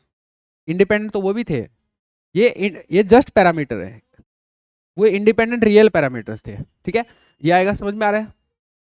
और ये हालांकि लिखना चाहिए था, हर्मिशियन में भी ये चीज आएगी सेम ही, ये भी पैरामीटर वाली बात है बस, ठीक है। और फिर आपका स्क्यू सिमेट्रिक में, अच्छा ये रह गई दोनों, स्क्यू सिमेट्रिक और सिमेट्रिक। इसका भी आंसर तुम्हें समझ में आ जाएगा, देखो एक बार के लिए। सिमेट्रिक का देखो पहले, सिमेट्रिक में ये कंडीशन होती है ट्रांसपोज में कि ये चीज बराबर रहेगी, ठीक है। अच्छा मैं पूरा अच्छे से बात कर लेते हैं ना अपन, रियल की बात कर लेते हैं, जनरल भी बात कर लेते हैं, ठीक है। अच्छा है, एक बार और समझ में आ जाएगा। तो सिमेट्रिक मैं यही तो देखने आया था ना भाई, कौन सी मैट्रिक्स रह रही है। तो एक बात बताओ, सिमेट्रिक में इन जनरल क्या सीन रहेगा। भाई सिमेट्रिक में ऐसा कोई रियल वेल वाली बात तो है नहीं कि सारे एलिमेंट रियल होंगे, ऐसा कोई कंस्टेंट तो है नहीं। तो इसका मतलब इन जनरल तो 2n² हो गया भाई, टोटल जो एलिमेंट्स हैं वो 2n² हो गए। हाँ ना बोलिए, मैं रियल की बात कर रहा हूँ, इंडिपेंडेंट रियल पैरामीटर्स की बात कर रहा हूँ पहले, ठीक है। तो 2n² हो गए भाई, माइनस कंस्टेंट। चलो बताओ सर, इसमें एलिमेंट पे रिस्ट्रिक्शन रहता है, सिमेट्रिक की पता है डेफिनेशन क्या होती है, कि ट्रांसपोज है वो खुद के बराबर हो, और उसका मतलब होता है ए जी आई है वो ए आई जे के बराबर हो। ये तो है i≠j के लिए, i=j के लिए क्या हो जाएगा, सेम हो जाएगा। मतलब क्या हुआ ये, इसका मतलब क्या हुआ, डायगोनल एलिमेंट रहेंगे। अच्छा इससे कोई कंस्टेंट थोड़ी आया, फिर कोई कंस्टेंट थोड़ी आया, इंडिपेंडेंट वो दो 2n ही चाहिएगा अभी भी, कोई कंस्टेंट नहीं आया तो जीरो कंस्टेंट है इस वाली कंडीशन से, बोलेंगे आप। इससे हाँ आएंगे कि आपने इन वालों की फील्डिंग सेट कर ली तो इन वालों की अपने आप हो जाएगी। तो अभी कंस्टेंट आएंगे, अगर रियल पैरामीटर की बात हो रही है तो डबल नंबर, इतने लोगों की फील्डिंग सेट कर दी तुमने एक साइड के लिख के। अब की बार आंसर ये होगा, बोलो मजा आया बेटा ये उसमें नहीं है नोट्स में, तो यहाँ से डेरिवेशन देख के लिखना है तेरे को, उसको देखना ही नहीं सच बोलूँ तो। हाँ देखना ही नहीं है। Minus N square plus N, ठीक है भाई, एन स्क्वायर प्लस एन, ये आंसर होगा सिमेट्रिक के लिए। ढंग से देख लो, कैलकुलेशन कोई गड़बड़ ना हो, ठीक है। और चलिए एंड, अच्छा इसका दूसरा चीज और करो, दूसरा चीज, ये था रियल की बात थी, उल्टा पुल्टा मत कर देना यार, वहां पे रियल पैरामीटर्स की बात थी, ठीक है। और अब जस्ट जस्ट पैरामीटर्स की बात हो, जस्ट पैरामीटर्स की बात हो, तो भैया जस्ट पैरामीटर की बात हो तो इन टोटल जो पैरामीटर्स है वो क्या है, N square parameters, N square, कोई कंस्टेंट होगा तो घटा लेते हैं। कंस्टेंट क्या आ रहा है भाई, इसको आप ऐसे तरीके से भी कर सकते हो कंस्टेंट वाले मेथड से भी, और ऐसे भी कर सकते हो कि आपको क्या क्या रखना पड़ेगा और कितने की फील्डिंग अपने आप सेट हो जाएगी, है ना। तो आप डायगोनल पे तो रखने पड़ेंगे, कोई कंस्टेंट थोड़ी है ना। पहला तरीका मेथड 1 से डायगोनल वाले रखने पड़ेंगे, ये रख दोगे इनकी फील्डिंग अपने आप सेट हो जाएगी, ये आंसर होएगा। इसका आता है आपका 2n प्लस एन स्क्वायर, वो एन प्लस 1/2 आ जाएगा। बोलो बोलो बोलो, अरे भाई ये रखने पड़ेंगे, ये रखोगे इनकी फील्डिंग अपने आप सेट हो जाएगी, तो इंडिपेंडेंटली इतने पैरामीटर्स रखने पड़ेंगे तुमको, ठीक है। और यहाँ से एन स्क्वायर इन टोटल है, कंस्टेंट क्या है, कंस्टेंट है कि ये रख दो, ये इनकी फील्डिंग सेट हो जाएगी, तो घटाना क्या पड़ेगा तुमको, n(n-1/2), जितनों की फील्डिंग सेट होगी घटा दो, वही कंस्टेंट है। यहाँ से आंसर सेम आएगा, मेरी गारंटी है, देख सकते हो आप। 2n square minus N square plus N, बेटा एन स्क्वायर प्लस एन आ गया तो एन बाहर ले लोगे, आंसर वही आ जाएगा। अब आपकी लर्निंग, आपकी सब कुछ सेट हो जाना चाहिए, ठीक है। स्क्यू सिमेट्रिक आपके लिए छोड़ सकता हूँ, बोर्ड पे बुला के करवा सकता हूँ, ताकि मेरे को बातें समझ में आ जाए। तो चलो स्क्यू सिमेट्रिक बोर्ड पे बुला के इतना ही क्यों करवाऊँ, सब करवा लूंगा बाद में, पूरा टाइम पड़ा, मेरा टॉपिक तो खत्म हो ही रहा है, मैट्रिक्स है ना। माहौल में थोड़ा है, रियल नहीं बोला मैंने, जस्ट एक्सक्यूज में, जस्ट एक्सक्यूज में, ठीक है। रियल बोलूंगा तो फिर उस पर कर लेंगे, तूने बोला है तो, ठीक है। स्क्यू सिमेट्रिक, हाँ भाई, ये एलिमेंट पे कोई कंस्टेंट आता है ना सर, ए जे, मतलब ये पहले तो होती क्या है, A transpose equal to minus A J I equal to minus of A I J होता है, बोले भाई, ठीक है, J I equal to minus of A I J, ठीक है। ओके नाउ सी गाइस, अच्छा ये तो I not equal to J के लिए है, और आई इक्वल टू जे के लिए क्या हो जाता है, इसका मतलब होता है ये इधर आएंगे तो 2ai इक्वल टू 0, इसका मतलब ये बेचारे 0 ही हो गए, तो इनकी तो बेचारों की फील्डिंग पहले ही सेट हो गई, आया ना। तो अभी एक बार आते हैं, इन टोटल क्या चाहिए अपने को, इंडिपेंडेंट रियल पैरामीटर्स, रियल पे बात करो मैं, ठीक है। इंडिपेंडेंट रियल पैरामीटर्स कितने होंगे, इन जनरल आपने 2n स्क्वायर रख दिया भाई, आना बोलो, बात कर रहे हो आप कंस्टेंट की कितने होंगे, तो एक कंस्टेंट आ गया, कंस्टेंट का देखो ना, ये जितने भी एलिमेंट थे वो सारे 0 होने चाहिए, इसका मतलब आप पे 2n इक्वेशंस आ गई। देखो ये एलिमेंट थे alpha plus iota beta type के, तो ये भी 0 और ये भी 0, मतलब अल्फा 1 भी 0 बीटा 1 भी 0, और ये ऐसे ऐसे करके अल्फा n भी 0 बीटा n भी 0, डायगोनल वाले, तो n इक्वेशन ये और n ये, फिर भाई समझाओ, बिल्कुल नहीं यार, गलत थोड़ी है मामला, ठीक है। ओके प्लस, और क्या सिस्टम है, अच्छा ये तो इस कंडीशन से आए, है ना। हाँ इससे क्या आया, इससे आया कि इतनों की फील्डिंग सेट तुमने कर दी तो इतने अपने आप सेट हो जाएंगे, और ये हैं कितने, रियल की बात कर रहे हैं, ट्वाइस ऑफ दिस स्टफ है, जो आएगा ले आओ सर, बोलो भाई, यस सर, पक्का समझ में आ रहा ना, बाद में मत बोलना यार, मैं इस चीज का अंदाजा अभी लगा लूंगा तुम्हारा। तो ये जैसी बातें करते हो ना आप, ये उल्टी पुल्टी बस वो खराब बातें, बाकी तो आप बंदे यार ठीक ही हो, है ना। इसमें क्या आ गया, प्लस एन आ गया होगा ना, ये घटाओ यार, वाह यार मजा आ रहा है, ठीक है। अच्छा और इसका शायद वो मैंने नहीं किया ना, दूसरे वाला सिंपल वाला नहीं किया ना, सिंपल वाला में देखो, सिंपल वाला मजेदार है, इसका देखना, ये फिक्स हो गए, फिक्स हो गए, तुम्हारी फ्रीडम खत्म रखने की, ये तो होना है, तो ये परमानेंटली यही हो गए, है ना, इनको रखना पड़ेगा तुमको, ठीक है। अच्छा तो N minus one by two, answer क्या होना चाहिए, बस ये होना चाहिए, सही है। यार एक बार है ना क्वेश्चंस में चेक करना, जो तेरे को लग रहा है ना वो मुझे भी लग रहा है अभी, कि पता है जैसे ये फिक्स हो गया ना, तो ये बोलते हैं कि ये फिक्स वाला भी तो तुम्हें ये तो पता ही है ना कि जीरो है, तो इसको भी तो उठा के तो लाना पड़ेगा ना, जीरो जीरो रखेंगे, एक तो फिर भी चाहिए तुमको, इसको जनरली बोलते हैं कि एक तो ये चाहिए ही,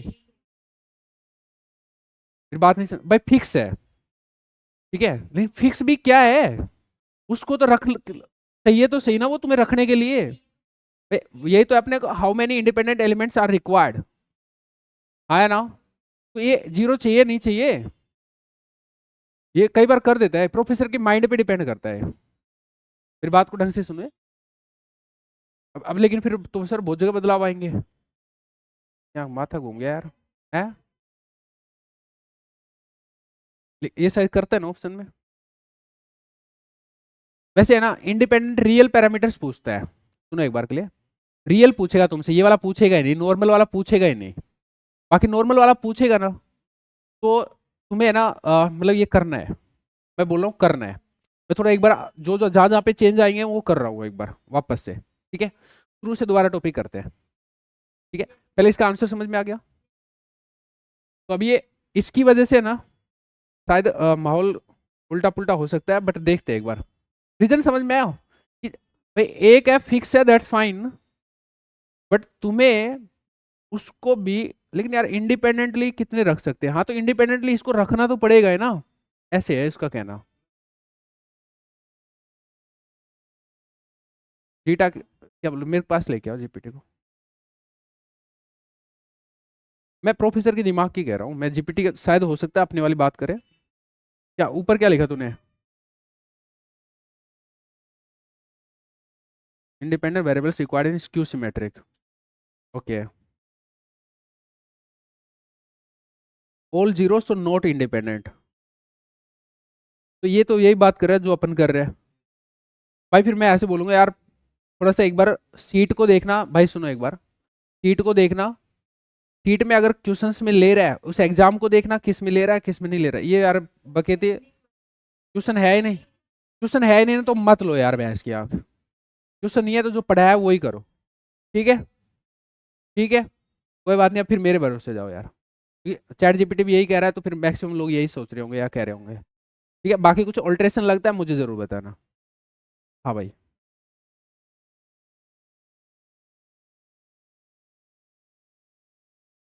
डिटरमिनेंट का ये मैं ये कह रहा हूँ कि तेरी बात सही है, बट मैंने चैट जीपीटी से पूछा था तो उसमें स्पेशल यूनिटरी और स्पेशल ऑर्थोगोनल के सेम आंसर दे रखे थे, मैंने रीजन जानने की कोशिश नहीं की क्यों हो रहा है, वो बता भी रहा था, मैंने पढ़ा नहीं, ठीक है, फिर अब आंसर मुझे पता है तो छोड़ो, कैसे भी एक्सेप्ट कर लो उसको, मैं प्रूफ नहीं दे रहा ऐसे बोल दो, कर लिए ना यार, खूब कर लिए कि सब कुछ करता ही रहूं, किसी को चूड़ है तो मांग लेना, उससे दे देगा वो, हाँ या ना भाई, ठीक है भाई, कुछ दे रहा था रीजनिंग में, मेरा इंटरेस्ट नहीं बना यार, ठीक है, मुझे पहले तो उसका डेरिवेशन समझ नहीं आया, तो मैंने एक बार उसका डेरिवेशन देखना, भले आज समझ में आ जाए, बट उसकी जो लैंग्वेज है शुरुआत में समझ में नहीं है, ये तो मेरे से बोर्ड पे भगवान, मैं माँ सरस्वती का बहुत वो बताओ कृपा अदा करता हूँ, मेरे को आपकी क्लास में एंटर करने से पहले, सेकंड सेशन में एंटर करने से पहले मुझे ये चीज़ नहीं आती थी, और इस लाइट के अंदर वो शक्ति है, मैं मजाक नहीं कर रहा हूँ, मैं सच्ची में दिल से बोल रहा हूँ ये चीज़, ये कृपा के बिना नहीं हो सकता है यार ये चीज़, ये मतलब ऑटोमेटिक कितना स्मूथली हो गया है यार, मुझे बिल्कुल उम्मीद नहीं थी कि स्मूथली होगा, मैंने आते ही नहीं बोला था कि तुम्हें समझ नहीं आएगा, तुम डायरेक्ट रट लेना, बहुत भारी टॉपिक है, क्या ये सच में भारी था, नहीं था,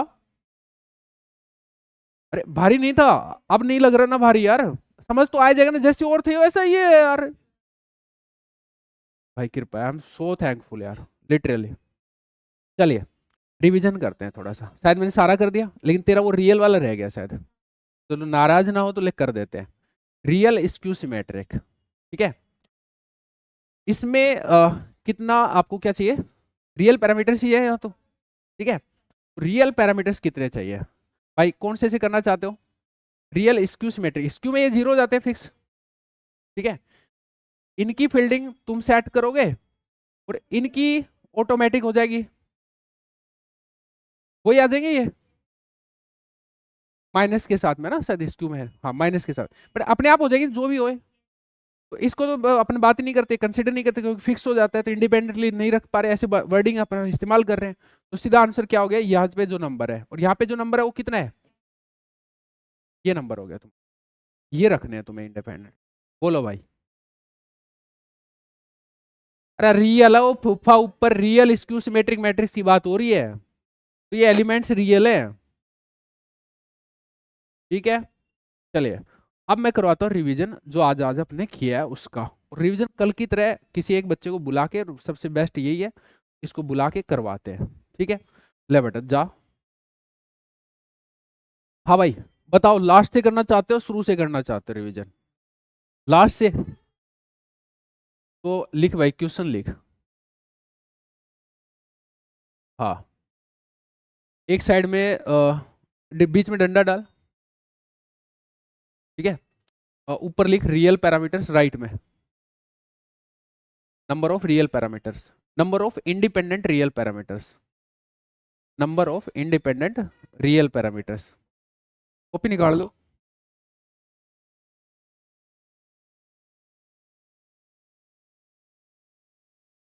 टेबल बना लो, जो दीदी बना रहे हैं ना आगे, वही टेबल बना लो, number of independent real parameters,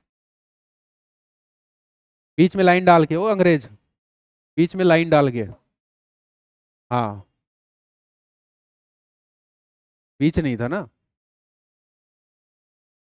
इधर डाल, नंबर ऑफ इंडिपेंडेंट पैरामीटर्स,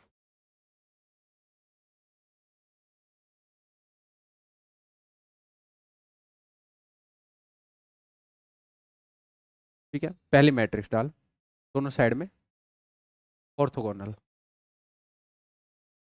ओ लिख दे बेटा यार, इधर भी ऑर्थोगोनल, इधर दूसरी डाल यूनिटरी, नहीं नहीं पर ऐसे कर दे, हाँ बस यूनिटरी, यू लिख दे बस, उधर डाल दे, और तीसरा हर्मिशियन, बस बस बेटा, एच लिख दे बस, एंटी हर्मिशियन, लिखते रहिए बेटा जी, सेम वे में, और पांचवा सिमेट्रिक,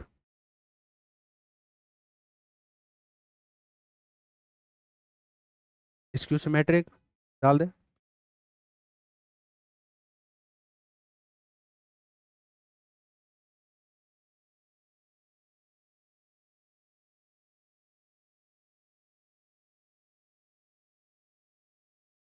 रियल स्क्यू सिमेट्रिक,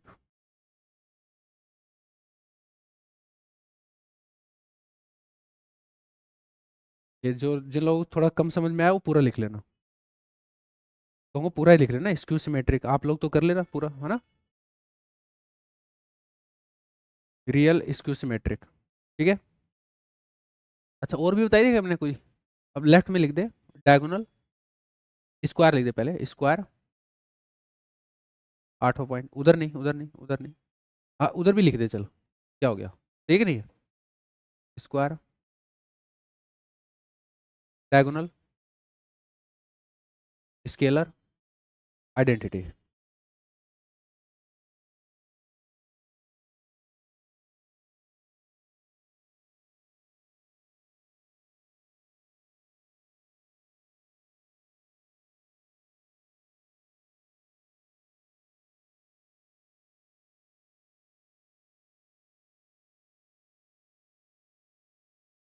हो गया भाई सबकी टेबल कंप्लीट, और कुछ थोड़ी पढ़ाई यही पढ़ा है ना बस, है ना, चलिए प्रूव करिए पहला, और फिर यहाँ पे एंट्री में फिलअप करिए, और पहले करेंगे आप राइट राइट वाला, राइट वाले में पहले पहले पे काम करेंगे ऑर्थोगोनल पे, अलग से यहाँ नहीं, रफ में जाके निकाल के लाओ और फिर इस टेबल को कंप्लीट करते रहो, समझ गए, अरे कंक्लूजन भी हो गया ना आपका, रफ रफ का मतलब है उसका नेक्स्ट पेज, जहाँ टेबल बनाई है उसका नेक्स्ट पेज रफ है, पीछे का नहीं, है ना।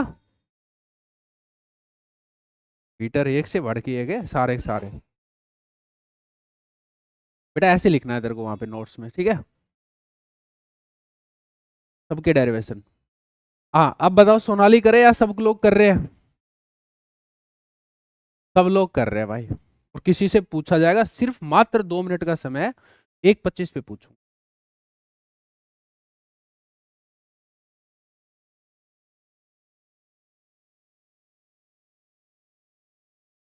भाई तू मेरे मेरी कुर्सी दे यार, तू बैठ इधर में कहीं पे। मैं उधर ही बैठूंगा, तू कहीं और पड़ जा। हाँ घुसो भाई अंदर घुसो। काफी चिल जगह है यार ये तो। हाँ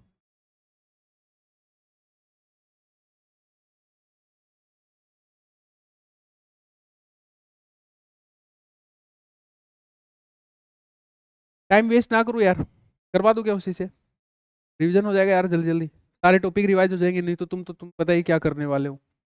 ले बेटा कर दे यार। हाँ भाई पहले रियल वाला करते हैं सारा, पहले सिर्फ राइट वाला करते हैं, सिर्फ राइट वाला। चलो हाँ ये नंबर बताते मतलब नाम बताते रहेंगे। ऑर्थोगोनल पे जा सबसे पहले, वो लिखना बेटा, ज्यादा पंचायती मत करना। ठीक है, सबसे पहले मैट्रिक्स बना दे, ए इक्वल टू कर दे, कुछ नहीं बस सिर्फ मैट्रिक्स लिख दे, A equal to, A equal to. हाँ भाई क्या चाहिए आपको, रियल पैरामीटर्स। तो अपना तरीका क्या रखेगा, कंस्टेंट घटाएंगे टोटल में से। तो इन टोटल कितने होते हैं भाई, मुंह खोलो सारे के सारे, एन स्क्वायर होते हैं, शाबाश। आंसर इक्वल टू कर दे बेटा, answer equal to N square minus constant, ठीक है। कंस्टेंट ब्रैकेट में लगा दे आगे पूरा, पूरा बना ले, हाँ फिर लिख ले, नीचे से लाएंगे। कंस्टेंट चाहिए एलिमेंट के ऊपर, क्या कोई डेफिनेशन देती है हमको, इसकी डेफिनेशन देती है, लिख लो डेफिनेशन, देती नहीं देखती दिख जाएगा। वो तो हमेशा सिमेट्रिक एंटी सिमेट्रिक इनमें ही देती है बस, यहाँ से तो वो इनवर्स देख के अपने आप भाग जाओगे वापस, आया ना। तो नहीं देती भाई ऑर्थोगोनल में डेफिनेशन। तो फिर कोई कंडीशन पे जाओ, प्रॉपर्टीज पे जाओ मैट्रिक्स की, ऐसी कंडीशन जो एलिमेंट पे लगे। तो रो वेक्टर्स है वो आपके नॉर्मलाइज होते हैं और ऑर्थोगोनल भी होते हैं, म्यूचुअली ऑर्थोगोनल होते हैं। तो पहले नॉर्मलाइजेशन वाली कंडीशन डालो, डालो भाई क्या होती है, रो वेक्टर या कॉलम वेक्टर जो भी है कॉलम पे डालो। तो इस रो पे डाल दी, रो पे सही, रटिए मत चीजों को समझिए। अच्छा इससे क्या आएगा, अच्छा एक सेकंड और है, ये एन स्क्वायर तुमने इसलिए लिखा था क्योंकि रियल पैरामीटर्स थे सारे ही, ऑर्थोगोनल रियल ही होती है, सही है। तो ये कितनी इक्वेशन है भाई, एन आपकी क्या बोलते हैं रोज है, एन क्रॉस एन में एन रोज है तो एन इक्वेशन बनेगी, क्योंकि रियल पैरामीटर्स है ना इसलिए एन बनेगी, क्लियर है। यहाँ कॉम्प्लेक्स होता तब भी एन ही आती, क्योंकि यहाँ पे वो आइटा वाला मसला खत्म हो जाता है, याद आया। तो एन इक्वेशन बनेंगे तो कंस्टेंट एन हो गए। आप चाहे तो इक्वेशन कोई भी एक रो को लिख के और फिर एक चीज करके निकाल के बता सकते हो कि इक्वेशन ऐसे एक बन रही है। लाइक अगर रो ये है A one A two A three हो तो ए वन का square plus A two square plus A three का स्क्वायर इक्वल टू 1, एक इक्वेशन है। इसका मतलब एक एलिमेंट घटना पड़ेगा, डिपेंडेंसी आ गई, कंस्ट्रेंट आ गया। रिलेशन मतलब उनमें एक रिलेशन मतलब होता है कि वो दो है वो किसी एक पे डिपेंड कर रहे हैं, एक को दो के फॉर्मेट में लिखा जा सकता है। रिलेशन होना मतलब है कि वो एक घटाना पड़ेगा तुमको, दो की फील्डिंग सेट करो एक अपने आप लिख दिया जाएगा। अगर तीन है इस रिलेशन में तो A one square plus A two square plus A three square equal to 1 है, तो मतलब यह है किसी दो को रख दो एक अपने आप पता लग जाएगा। कैसे पता लग जाएगा, 1 minus A two square minus A three square A one square है, आया ना। तो दो को रखोगे ए वन स्क्वायर अपने आप पता लग जाएगा, सही है कि नहीं है। एक कंस्टेंट हो गया, एन इक्वेशन होगी तो एन कंस्टेंट हो गए। तो बेटा कंस्टेंट की जगह वो हटा दो ऊपर से, उसमें लिख एन, ये घटाना पड़ेगा भाई, प्लस समथिंग आएगा तो देखते हैं, बताओ क्या आएगा। दूसरा वो ऑर्थोगोनल होती है, ऑर्थोगोनल में डाल बेटा R I R J equal to 0, इससे भी एन इक्वेशन आएंगे, कितने आएंगे, ये ऑफ डायगोनल पे बात करती है, यहाँ दिक्कत हो सकती है तुम्हारे साथ में, लेकिन मैंने प्रूव करके दिया भाई अच्छे से। तो N N minus one by 2 इतनी आएगी ये, पक्का? डाल दे बेटा, बस आ गया ये आंसर, जो भी आना है लिख ले, बस जो भी आ रहा है देख ले। कैलकुलेशन तुम्हारी है, अब जैसे करना चाहो कर लो। बेटे उसी में से उसका आधा घट रहा है, ब्रैकेट लगा लेंगे तो उसी में से उसी का आधा घट रहा था, जो भी है कर लिया ठीक है।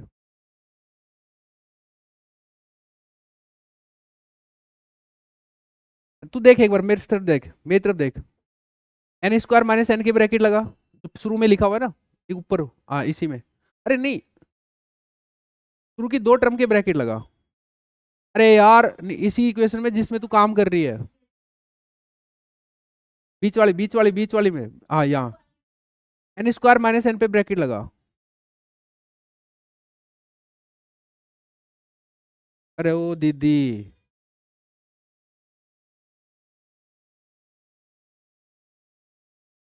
ये खुद में से इसका आधा घट रहा है,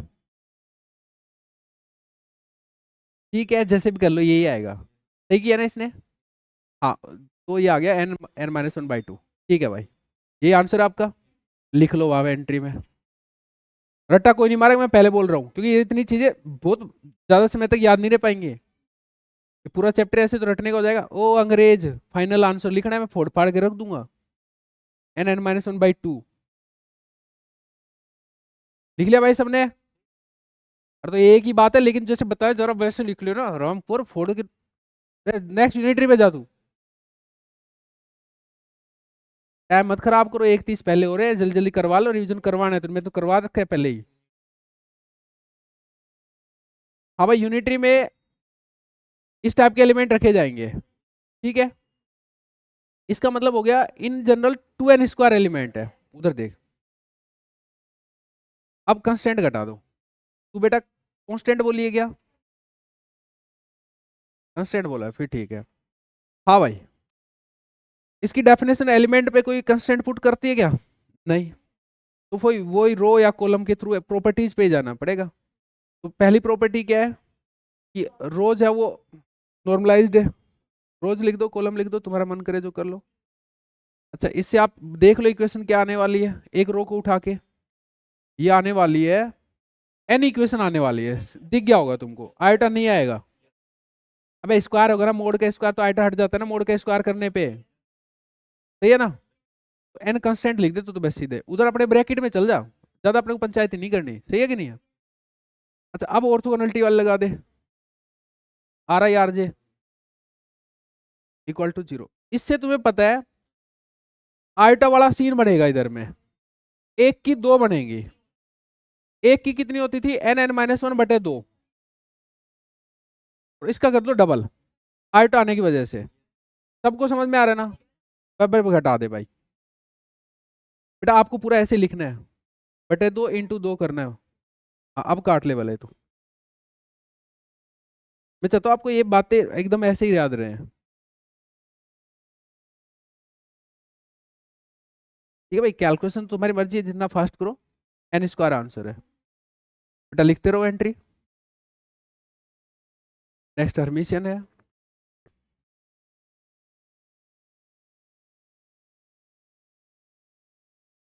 इस टाइप के एलिमेंट हो गए, बस बस बस एक लिख दे बस, तो आंसर इक्वल टू बताओ भाई क्या होगा, 2n², 2n² समझ में आया सबको, माइनस, यहाँ पे तो एलिमेंट्स पे आते हैं, बेटा जो कंस्टेंट है वो डाल दे, लिख दे एक बार, और फिर उसके हिसाब से सोच लेंगे सब लोग। ये तो डेफिनेशन हुई, और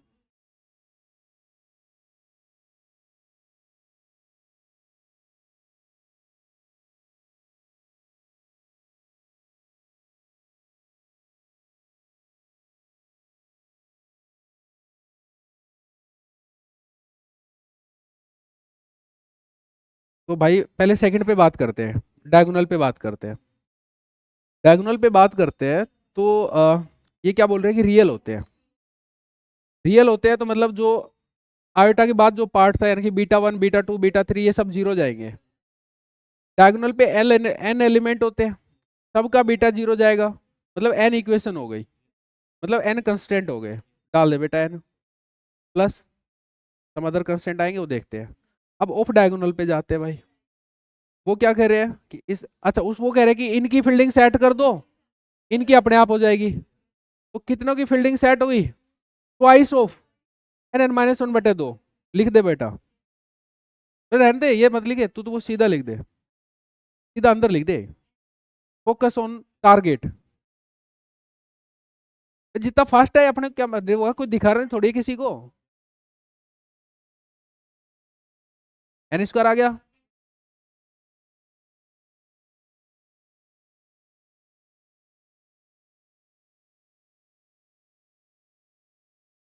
बेटा रफ कॉपी अलाउड नहीं है कि क्लास में।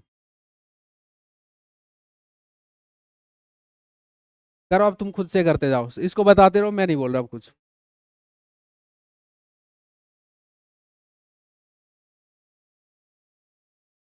बेटा सिस्टम से चलो, धीरे धीरे, वो जैसे जैसे वो चल रही है उसके साथ साथ चलो, खुद के आगे मत बढ़ो।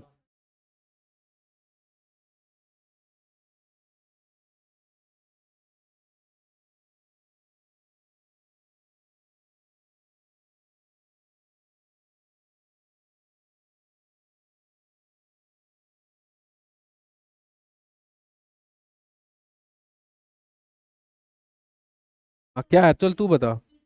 डायगोनल पे क्या क्या क्या कहे, क्या सीन बना, बता।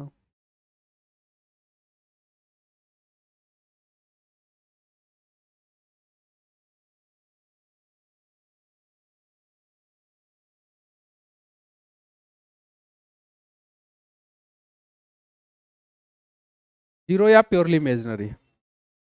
मोर जनरल हुआ प्योर इमेजिनरी। अल्फा सबके 0। सही है। अल्फा सबके 0 तो मतलब एन कंस्टेंट। ये भाई मेरे को आंसर में बिल्कुल भी इंटरेस्ट नहीं है बहस की आंख। I need the process. ठीक है बेटा। हाँ, ऑफ डायगोनल क्या कह रहे हैं? इनकी फील्डिंग सेट कर दो, इनकी अपने आप हो जाएगी। कितनों की फील्डिंग सेट होगी भाई? डाल दो। Twice of N N minus one बटा दो। जय हिंद। मैं तो कहता हूँ तुम ये भी लिख लो ना, तो शायद तुम्हें समझ में आ जाएगी कि मुद्दा क्या है। मतलब सीधा आंसर रट रहे हो ना, उसकी बजाय तुम ये लिख लेते ना, और ज्यादा अच्छा रहता। कुछ घर जाकर कर लेना।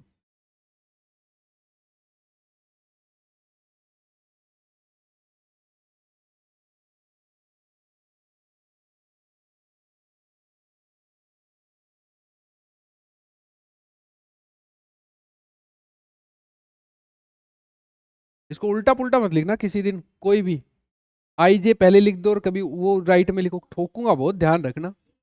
ये जैसे बताया गया ना वैसे ही लिखना है, समझ गया ना मेरी बात को? बढ़िया है, फिर तो तेज हो गया। बताओ, कोई एक बंदा खड़ा होके बता दो क्या क्या कंस्टेंट बने, तू बता भाई। तू बता क्या लिखे, डायगोनल की वजह से क्या कंस्टेंट आया, बता। उधर बता उसको, तेज बोलर। तू उस उधर वो हो रहा है, उसमें क्या दिक्कत आ रही है, मैं एक सेकंड करके बता दूं।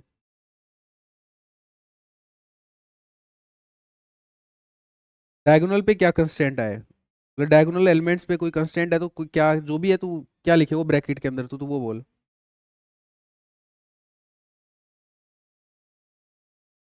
एन लिखे? ले भाई एन लिख दे, ये कह रही है गोबर। तू लिखेगी, रहने दे।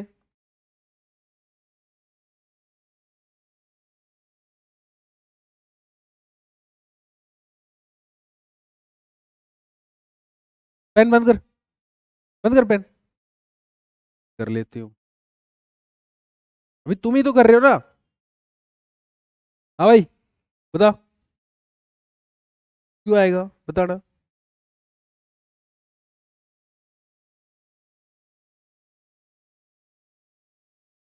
क्या, कैसे जीरो हो जाएगा, किसने कहा जीरो हो जाएगा? ये इक्वेशन क्या कह रही है, आई इक्वल टू जे वाली?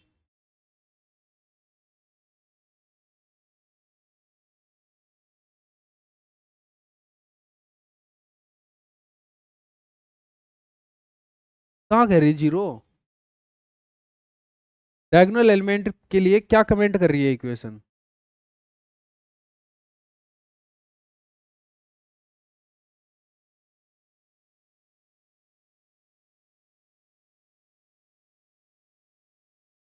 ये क्या नाम है इसका, पांडे।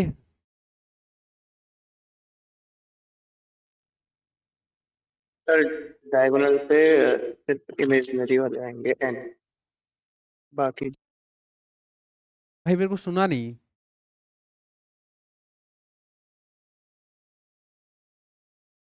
ओ गोबर दोबारा बोल। सर डायगोनल में सिर्फ इमेजिनरी वाले आएंगे, इमेजिनरी के रियल एलिमेंट्स, और अ, जो जो तो एन लास्ट आएंगे सर लास्ट में टोटल। नाम क्या है? जया द्विवेदी है क्या? अंजलि, ये इक्वेशन क्या कह रही है? A I equal to A I I, diagonal वाली इक्वेशन क्या कह रही है? हैं? तो डायगोनल पे जीरो होगा। क्या? जीरो आएगा सर।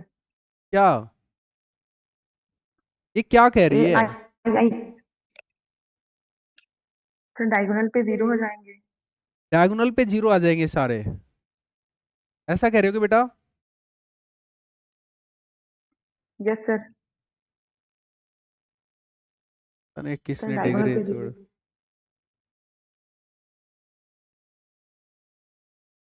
अरे ये मुद्दा ये है कि ये इक्वेशन कुछ कह ही नहीं रही, कंस्टेंट जीरो आएगा। ये इक्वेशन कुछ कह ही नहीं रही बेचारी।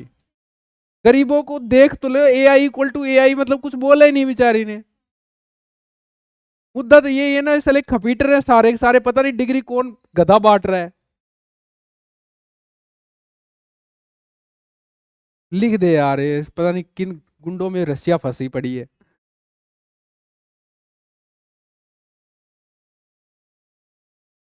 मैं नहीं खेल रहा भाई, अब कर लो अपने आप जो करना है। एक से बढ़ के एक खपीटर है। मैं खुद से करूंगी, अबे बैंगन उसको देख ले।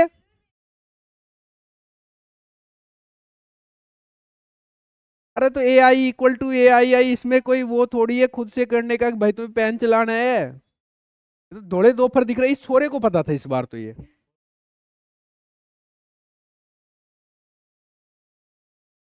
ये कोई बात होती है यार? लेख बेटा एंट्री आगे की लिखी यार, ये खपीटर है।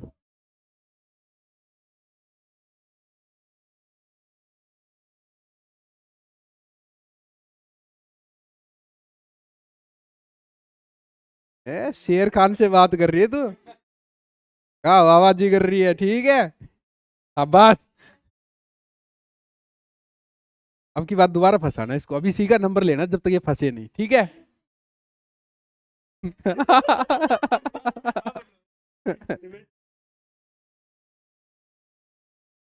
पहले उसको नाम बताओ, सिमेट्रिक है शायद, है?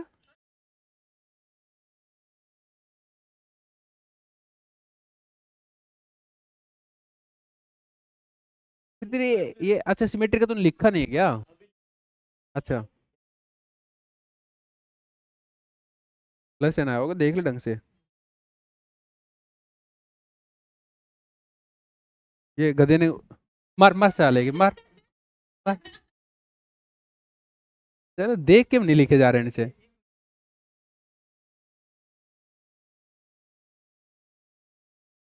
आगे चलो आगे चलो, फोकस करो आगे। देख लिया मैंने तुम्हारा कितना पानी है थोड़ी देर पहले सबका। डायगोनल एलिमेंट पे क्या कमेंट आ रहा है? इसको इधर लाओगे मतलब वो सारे जीरो हो जाएंगे, ठीक है? इसका मतलब कितने लोगों की फील्डिंग सेट हो गई? 2n कंस्टेंट हो गया। अल्फा और बीटा डायगोनल पे जितने भी थे वो सारे जीरो हो गए। बेटा तू वो नंबर तो लिखा, अगर अल्फा प्लस आयोटा बीटा जो लिखती थी ना थोड़ी देर पहले तक, हाँ ऐसे। इनके ये गधों के ये तभी बिना लिखे समझ में आ जाए, तू कैसे सोच रही है? समझ में आ गया भाई अभी? अच्छा आगे, ऊपर वाली क्या कह रही है कि इतने लोगों की फील्डिंग तुम सेट कर दो, इतनों की मैं कर दूंगी। हाँ है ना? तो बताओ कितनों की क्या करना है, लिख दे बेटा डायरेक्ट। अब तो इतने तो गरीब नहीं है ये, माना समाज में गरीब, अरे नहीं नहीं नहीं, तरीका वो है, रख देख बेटा। हाँ, ये ध्यान रखना भाई, मुझे प्रोसेस में बिलीव है।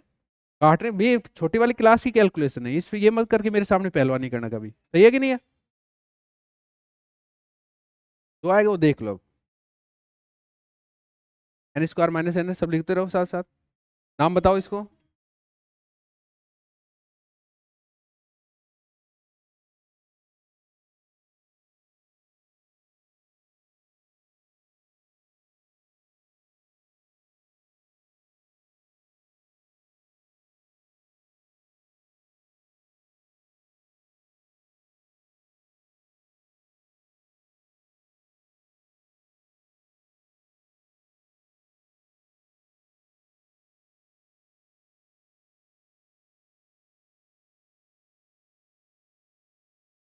बोतल फेंक के मारेंगे, देख लेना।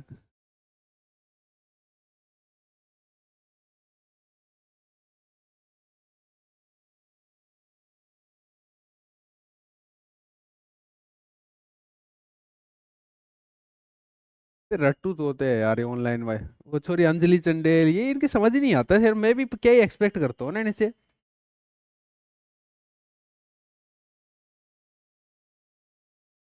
बताओ भाई, डायगोनल वाले क्या होंगे? क्या होंगे छोरी, तू बता। क्या एन हो जाएगा? कंस्टेंट या क्या? क्यों?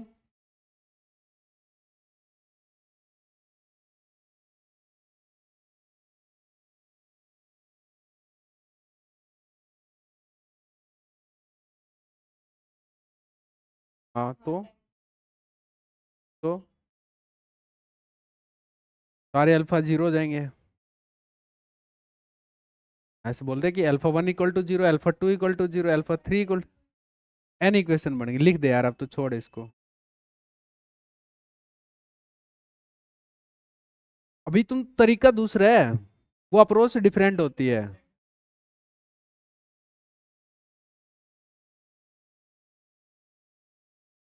बेटा समझ में आया? ये अपन कंस्टेंट वाले मेथड में कर रहे हैं, आप अल्टरनेटिव करके वो दूसरे वाला भी कर ही देना। कंफ्यूजन कोई वाली बात नहीं होनी चाहिए, अंडरस्टैंडिंग अंडरस्टैंडिंग होती है। भाई दोनों की फील्डिंग तुम सेट करोगे, सीधा आंसर आ जाएगा इससे। वहां से देखो ये आएगा, चेक करो करके पूरा कैलकुलेशन। बेटा ट्वाइस नहीं होगा ना इसमें? हाँ ठीक है। तुम दिख रहे हैं ना, टोटल में से डायगोनल वाले घटा दिए तुमने और ऑफ डायगोनल के ऊपर वाले घटा दिए, तो नीचे वाला आंसर ही तो आएगा। सोचो सोचो। हाँ समझ गए हो ना, मतलब कैलकुलेशन इस तरीके से कर लो कि, अरे नहीं आप एन क्या होते हैं डायगोनल वाले, और ये जो दूसरा लिखा है ये ऊपर के ऑफ डायगोनल वाले, तो फिर नीचे के ऑफ डायगोनल बचे ना। कैलकुलेशन समझे क्या? बिना कुछ लिखे डायरेक्ट समझोगे? अरे ओ कंप्यूटर है, ठीक है फिर रिस्पॉन्ड करा करो। हाँ भाई नंबर बताओ उसको।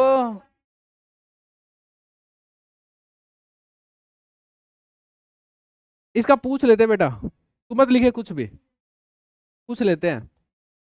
ला भाई, हमजा उमर अब्दुल्ला, हमजा अली मजारी।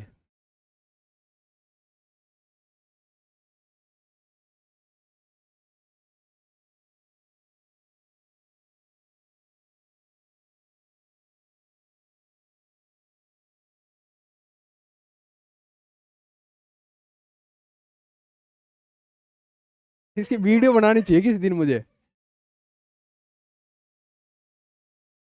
चला विंडोज 7 है ये, सही बोला ना?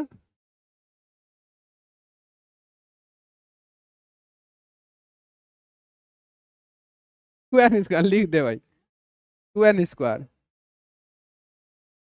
सही है भाई। खिलाड़ियों, कोई एन स्क्वायर वाला तो नहीं है? रियल वाला है ना? ठीक है, बढ़िया। चलो पूछेंगे ऑनलाइन में से किसी का नाम ले तू, बस कुछ मत लिखना। अरे मरूं किसी दिन, नाम ले बेटा तू।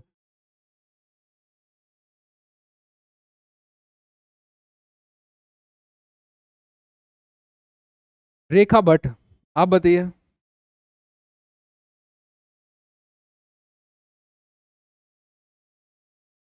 Sir 2n। कैसे आया बेटा? आंसर इक्वल टू 2n बोले हो ना?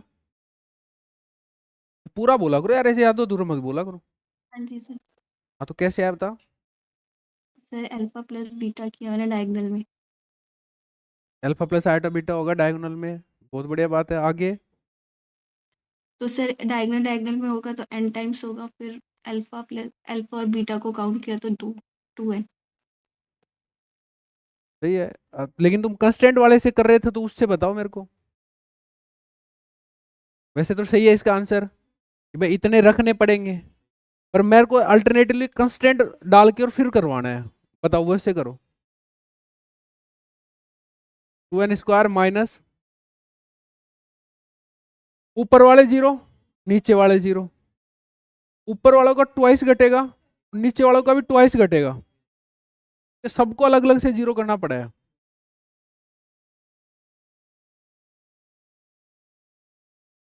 और अब ऐसे समझ सकते हो, ऊपर वाले हटा दिए और नीचे के भी हटा दिए और ऊपर वाले भी, ऑफ डायगोनल सारे हटा दिए तुमने, तो फिर क्या बचने वाले हैं? डायगोनल वाले। आंसर 2n आएगा। समझे क्या? मैं आपको ज्यादा जनरल क्रिएट करना चाहता हूँ, रट्टाफिकेशन ना रहे आपके कहीं पे, ठीक है ना? आंसर यही आएगा। बढ़िया था। स्केलर।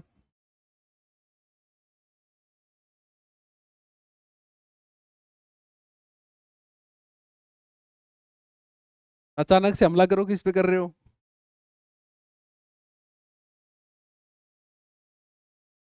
हैं? रिक्ता। लेकिन नाम याद है ऑनलाइन वालों के, और मैट्रिक्स का कुछ याद नहीं है, हैं? छोरियों के सबके नाम याद है। मार मार साले की मार। सारे ऑनलाइन की छोरियों के नंबर मतलब वो है, नाम याद है, रामखोर के नंबर भी याद है। बता भाई रिक्ता, तो 1 आएगा। क्या करे? तो आंसर 1। आंसर 1। बेटा कैसे आया? तो स्केलर के लिए all diagonal sir same. Diagonal same होंगे, ठीक है। सर इस तू बता यार। 2 होगा sir. Sir alpha plus eta beta है ना बेटा इन जनरल, हाँ सर, हाँ सर, गलती होगी। तो अल्फा भी रखना पड़ेगा और बीटा भी रखना पड़ेगा, तो आंसर 2 होगा। रिक्ता। ये सर, ये थोड़ा गलती हो गई, सॉरी सर। अब तुम क्या है पता है, तरीके से नहीं जा रहे, पहले मैट्रिक्स का ये कोने वाली एंट्री लिखा करो, बहुत हेल्पफुल है ये अप्रोच, है ना? चलो और बताओ नाम। आइडेंटिटी के लिए नाम बताओ क्या है? ऋषभ। ऋषभ बता भाई।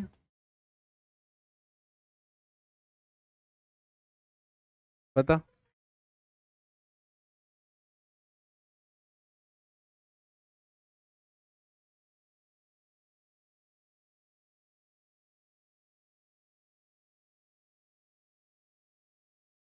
ज्यादा टाइम लेगा तो मैं वैसे मारूंगा।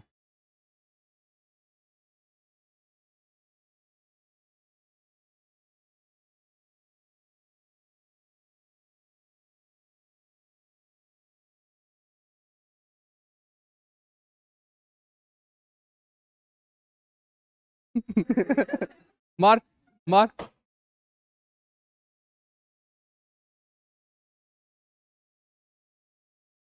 भाई सब कुछ फिक्स है, आपको कुछ नहीं चाहिए, 0 आंसर होगा। इंडिपेंडेंटली कुछ रख ही नहीं सकते यहाँ पे, पहले प्री फिक्स्ड है सब कुछ। और बताइए मैट्रिक्स।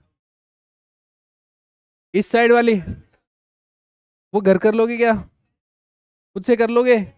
गोबर नहीं करोगे?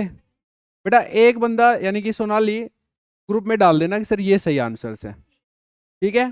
किसी को कोई ऑब्जेक्शन लगे भाई सोनाली के आंसर्स में, तो वो कमेंट करे, ताकि फिर मैं उसको चेक करूँ, अदरवाइज मैं चेक नहीं करूँगा, ठीक है? चलो।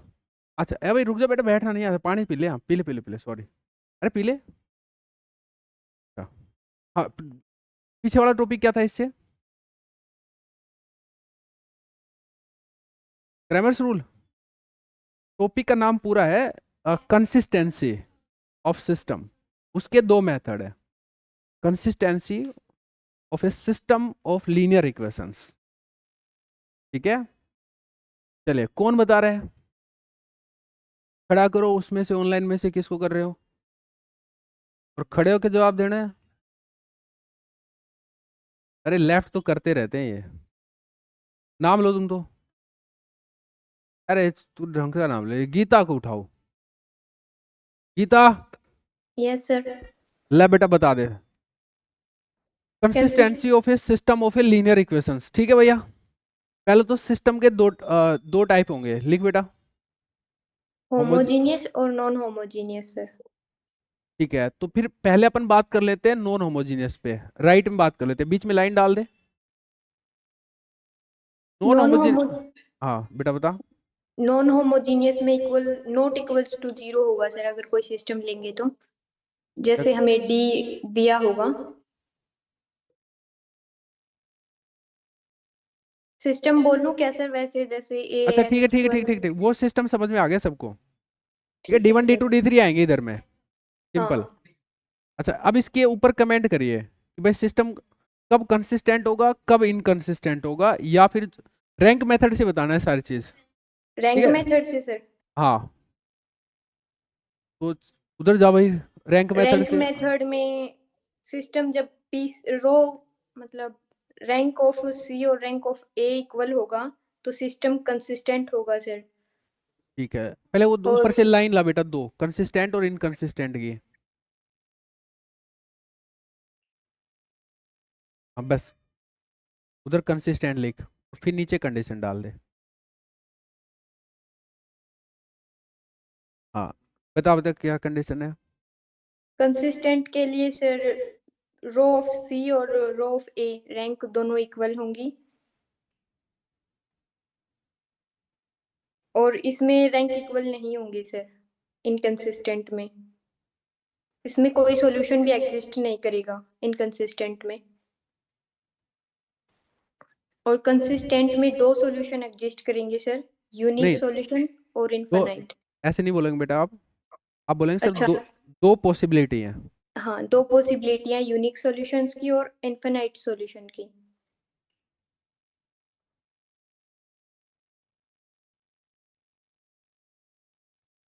पूरा लिख दे, infinite solutions, unique solution. Unique solution की कंडीशन होगी सर जो रैंक ऑफ ए और रैंक ऑफ सी है, बेटा अगर वो बोलने वेरिएबल बोलने का के इक्वल हो। बोलने का तरीका सही रख, rank of C equal to rank of A, ऐसे पहले वो तूने ये बोला था। हाँ, equal to variables, equal to, variables जितने हाँ वेरिएबल्स होंगे। आर लिख दे बेटा उसको, रो 3 है यहाँ पे, नीचे लिख दे आर इक्वल टू 3 भी है। अभी राइट नाउ तो सिस्टम पता ही है अपने को, वेरिएबल्स मतलब एक्स वाई जेड की बात हो रही है।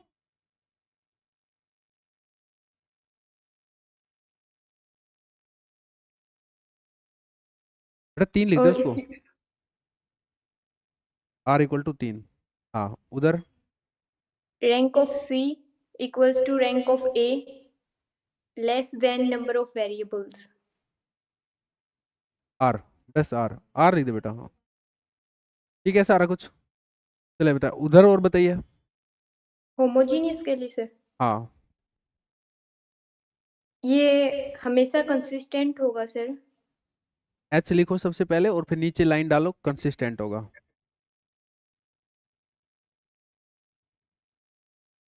रीजन लिखो, इसमें एक मिनट, रीजन बताओ कंसिस्टेंट हमेशा क्यों होगा।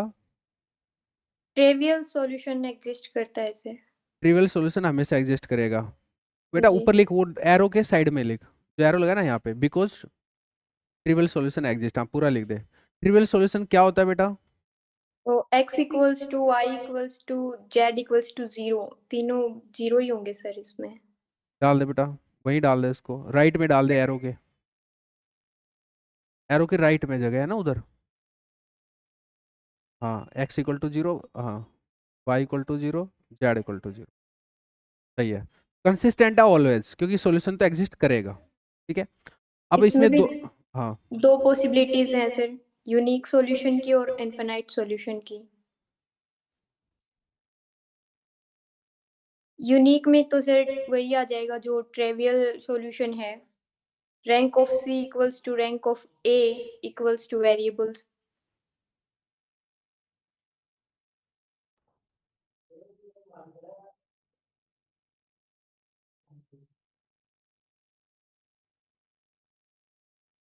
Rank of C equals to rank of A less than variables. ठीक है, चलिए आगे चलिए। अब बताइए डेट, क्या नाम है उसका, क्रैमर्स रूल, ये बता दो, तुम बता दो यार, अच्छी बच्ची है यार, ये तो बहुत अच्छी क्रैमर्स बच्ची है। रूल ताली बजाओ में पहले इस बच्चे के लिए। हाँ बहुत बढ़िया भाई, थैंक यू काफी सर। अच्छा बताया। क्रैमर्स रूल और बताओ। इसमें भी नॉन होमोजीनियस और होमोजीनियस सिस्टम होंगे सर। बेटा एक मिनट, नॉन एक मिनट, एक मिनट। वही सीक्वेंसिंग मेंटेन कर, है ना। होमोजीनियस और नॉन होमोजीनियस सिस्टम से होमोजीनियस में तो इक्वल्स टू 0 होगा सर।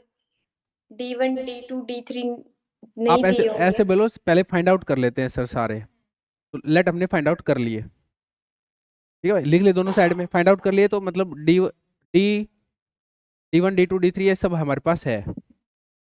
जी सर। हाँ अब बताओ किधर क्या होगा। नॉन होमोजेनियस में लिखना बेटा तेरे को। हाँ नॉन होमोजीनियस बताना है क्या सर पहले? हाँ हाँ हाँ। इसमें अगर D नॉट इक्वल्स टू 0 हुआ तो यूनिक सॉल्यूशन होगा सर।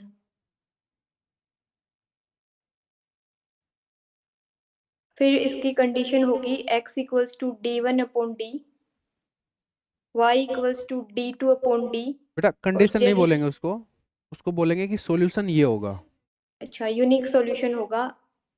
और वो ये है जी सर। कि एक्स वाई जेड की वैल्यू आना मतलब सॉल्यूशन आना। यही तो हाँ मतलब है सॉल्यूशन का, सही है ना। जी सर। हाँ आगे बता। और D अगर इक्वल्स टू 0 हुआ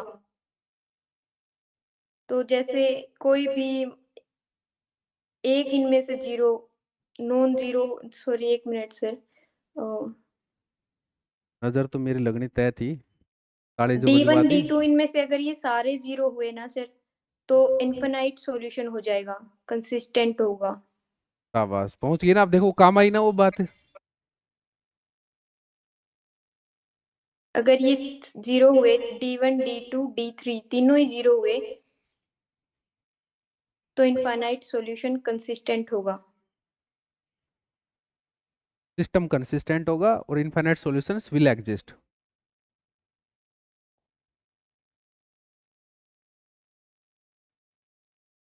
ठीक है। अगर इनमें से एक भी नॉन जीरो हो गया D1 D2 D3 में तो इन्फिनिटी मिलेगा और कोई सॉल्यूशन एग्जिस्ट नहीं करेगा।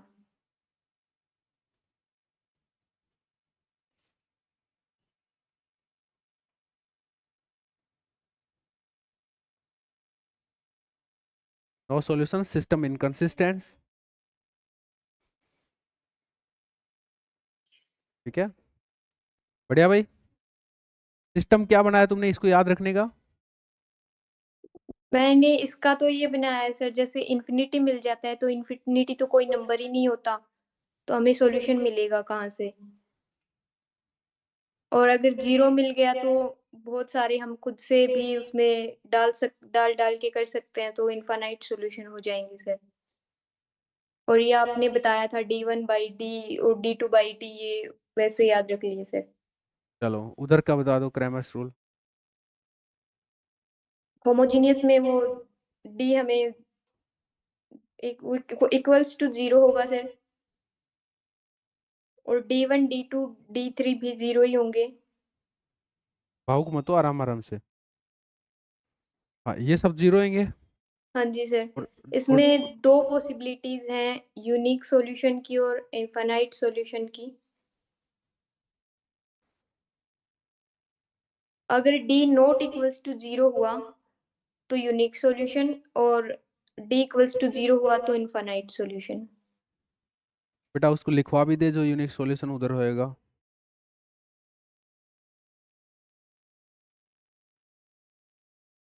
लेफ्ट में जो यूनिक सॉल्यूशन होगा उसका बता दे कि ये होगा। यूनिक वही सर, x D1/D और D2/D D3/D। लिख दे बेटा, और उसके बाद वो आ क्या जाएगा वो और बता दे। नहीं नहीं नहीं, नीचे लिख दे तू। ठीक है चल। अभी होगा क्या आगे फर्दर, क्योंकि D1 D2 D3 जीरो है ना, तो ये सारे जीरो हो जाएंगे, यानी कि ट्रिवियल सॉल्यूशन। कर दे बेटा इनको सबको जीरो कर दे, वही लिख देते ना आगे ही। ठीक है हो गया भाई सारा खेला। ठीक है, इससे पीछे क्या टॉपिक था।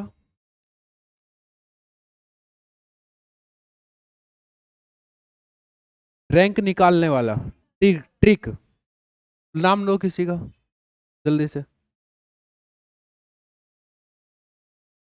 अरे सामिन किलर है यार, वो स्कैन करते हुए चलती है।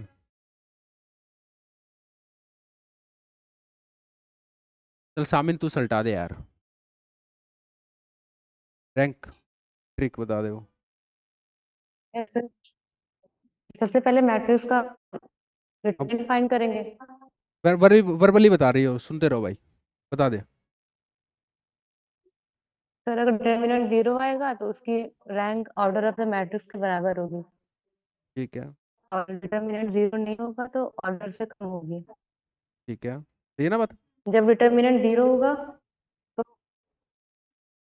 तो हम लोग डिटर्मिनेंट जब 0 होगा तो माइनर फाइंड करेंगे, हाँ, और अगर उसका एक भी माइनर 0 हुआ तो रैंक के बराबर भी, नॉन मतलब जीरो हुआ तो 2 क्रॉस 2, हाँ नॉन जीरो, एक एटलीस्ट 1 माइनस 0 होगा तो। ठीक है, ऐसे नीचे बढ़ते जाओ, ठीक है भाई। ये सर ठीक है, नेक्स्ट टॉपिक क्या था, चलो।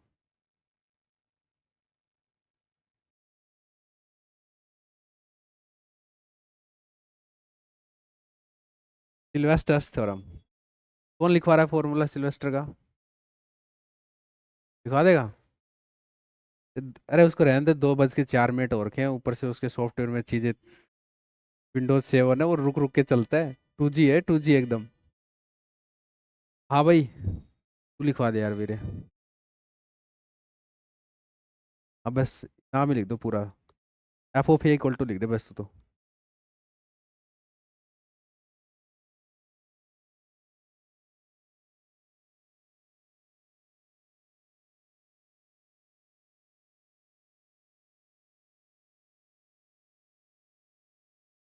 रैंक है उससे एक कम, अल्फला में है, अल्फला। यार मार, ऐसे जीआरएफ कैसे होगा भाई?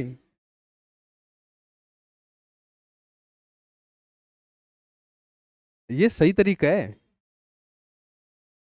ना, ये सही तरीका है, ठीक है। अच्छा, अगर कोई मतलब इक्वेशंस का नंबर है वो कम पड़ेगा तो क्या सॉल्यूशन है? डेरिवेटिव कर लो, जितना कम पड़े उतनी बार कर ले लो, तो इधर फुल है। हाँ ठीक है, इससे पीछे क्या टॉपिक था? Application of the diagonalization to find F of A. इस टॉपिक का भी पूरा नाम क्या है? Sylvester theorem to find F of A. चलो एप्लीकेशन वाला पार्ट कौन बता रहा है, डायगोनलाइजेशन वाला? ठीक है, तब तू बता दे यार।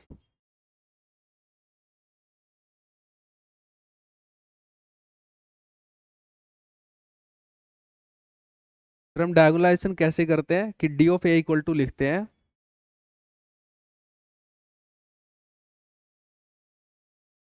ठीक है,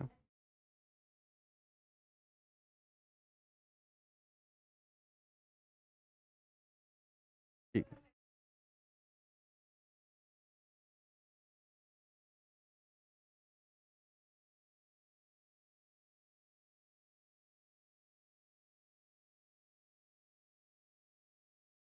और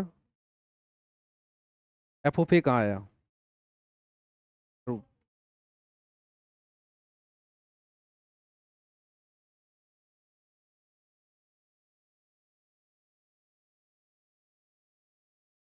बेटा जी दोनों साइड, ऐसी कौन सी सरकार है जो अलाउ कर देगी?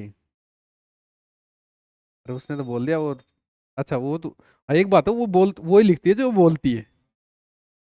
सोनाली ये तगड़ी है ना, अपने एस्टिस कराओ जिसने जो बोला है वो, सही है कि नहीं है? ठीक है भाई, एफ ऑफ ए, चलो बढ़िया। और क्या टॉपिक थे? और तो बस यही सब थे, हाँ है ना।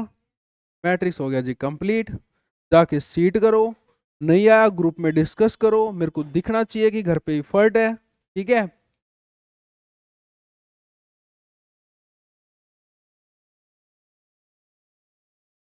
टू बाई टू का डायगोनलाइजेशन करना है तो मतलब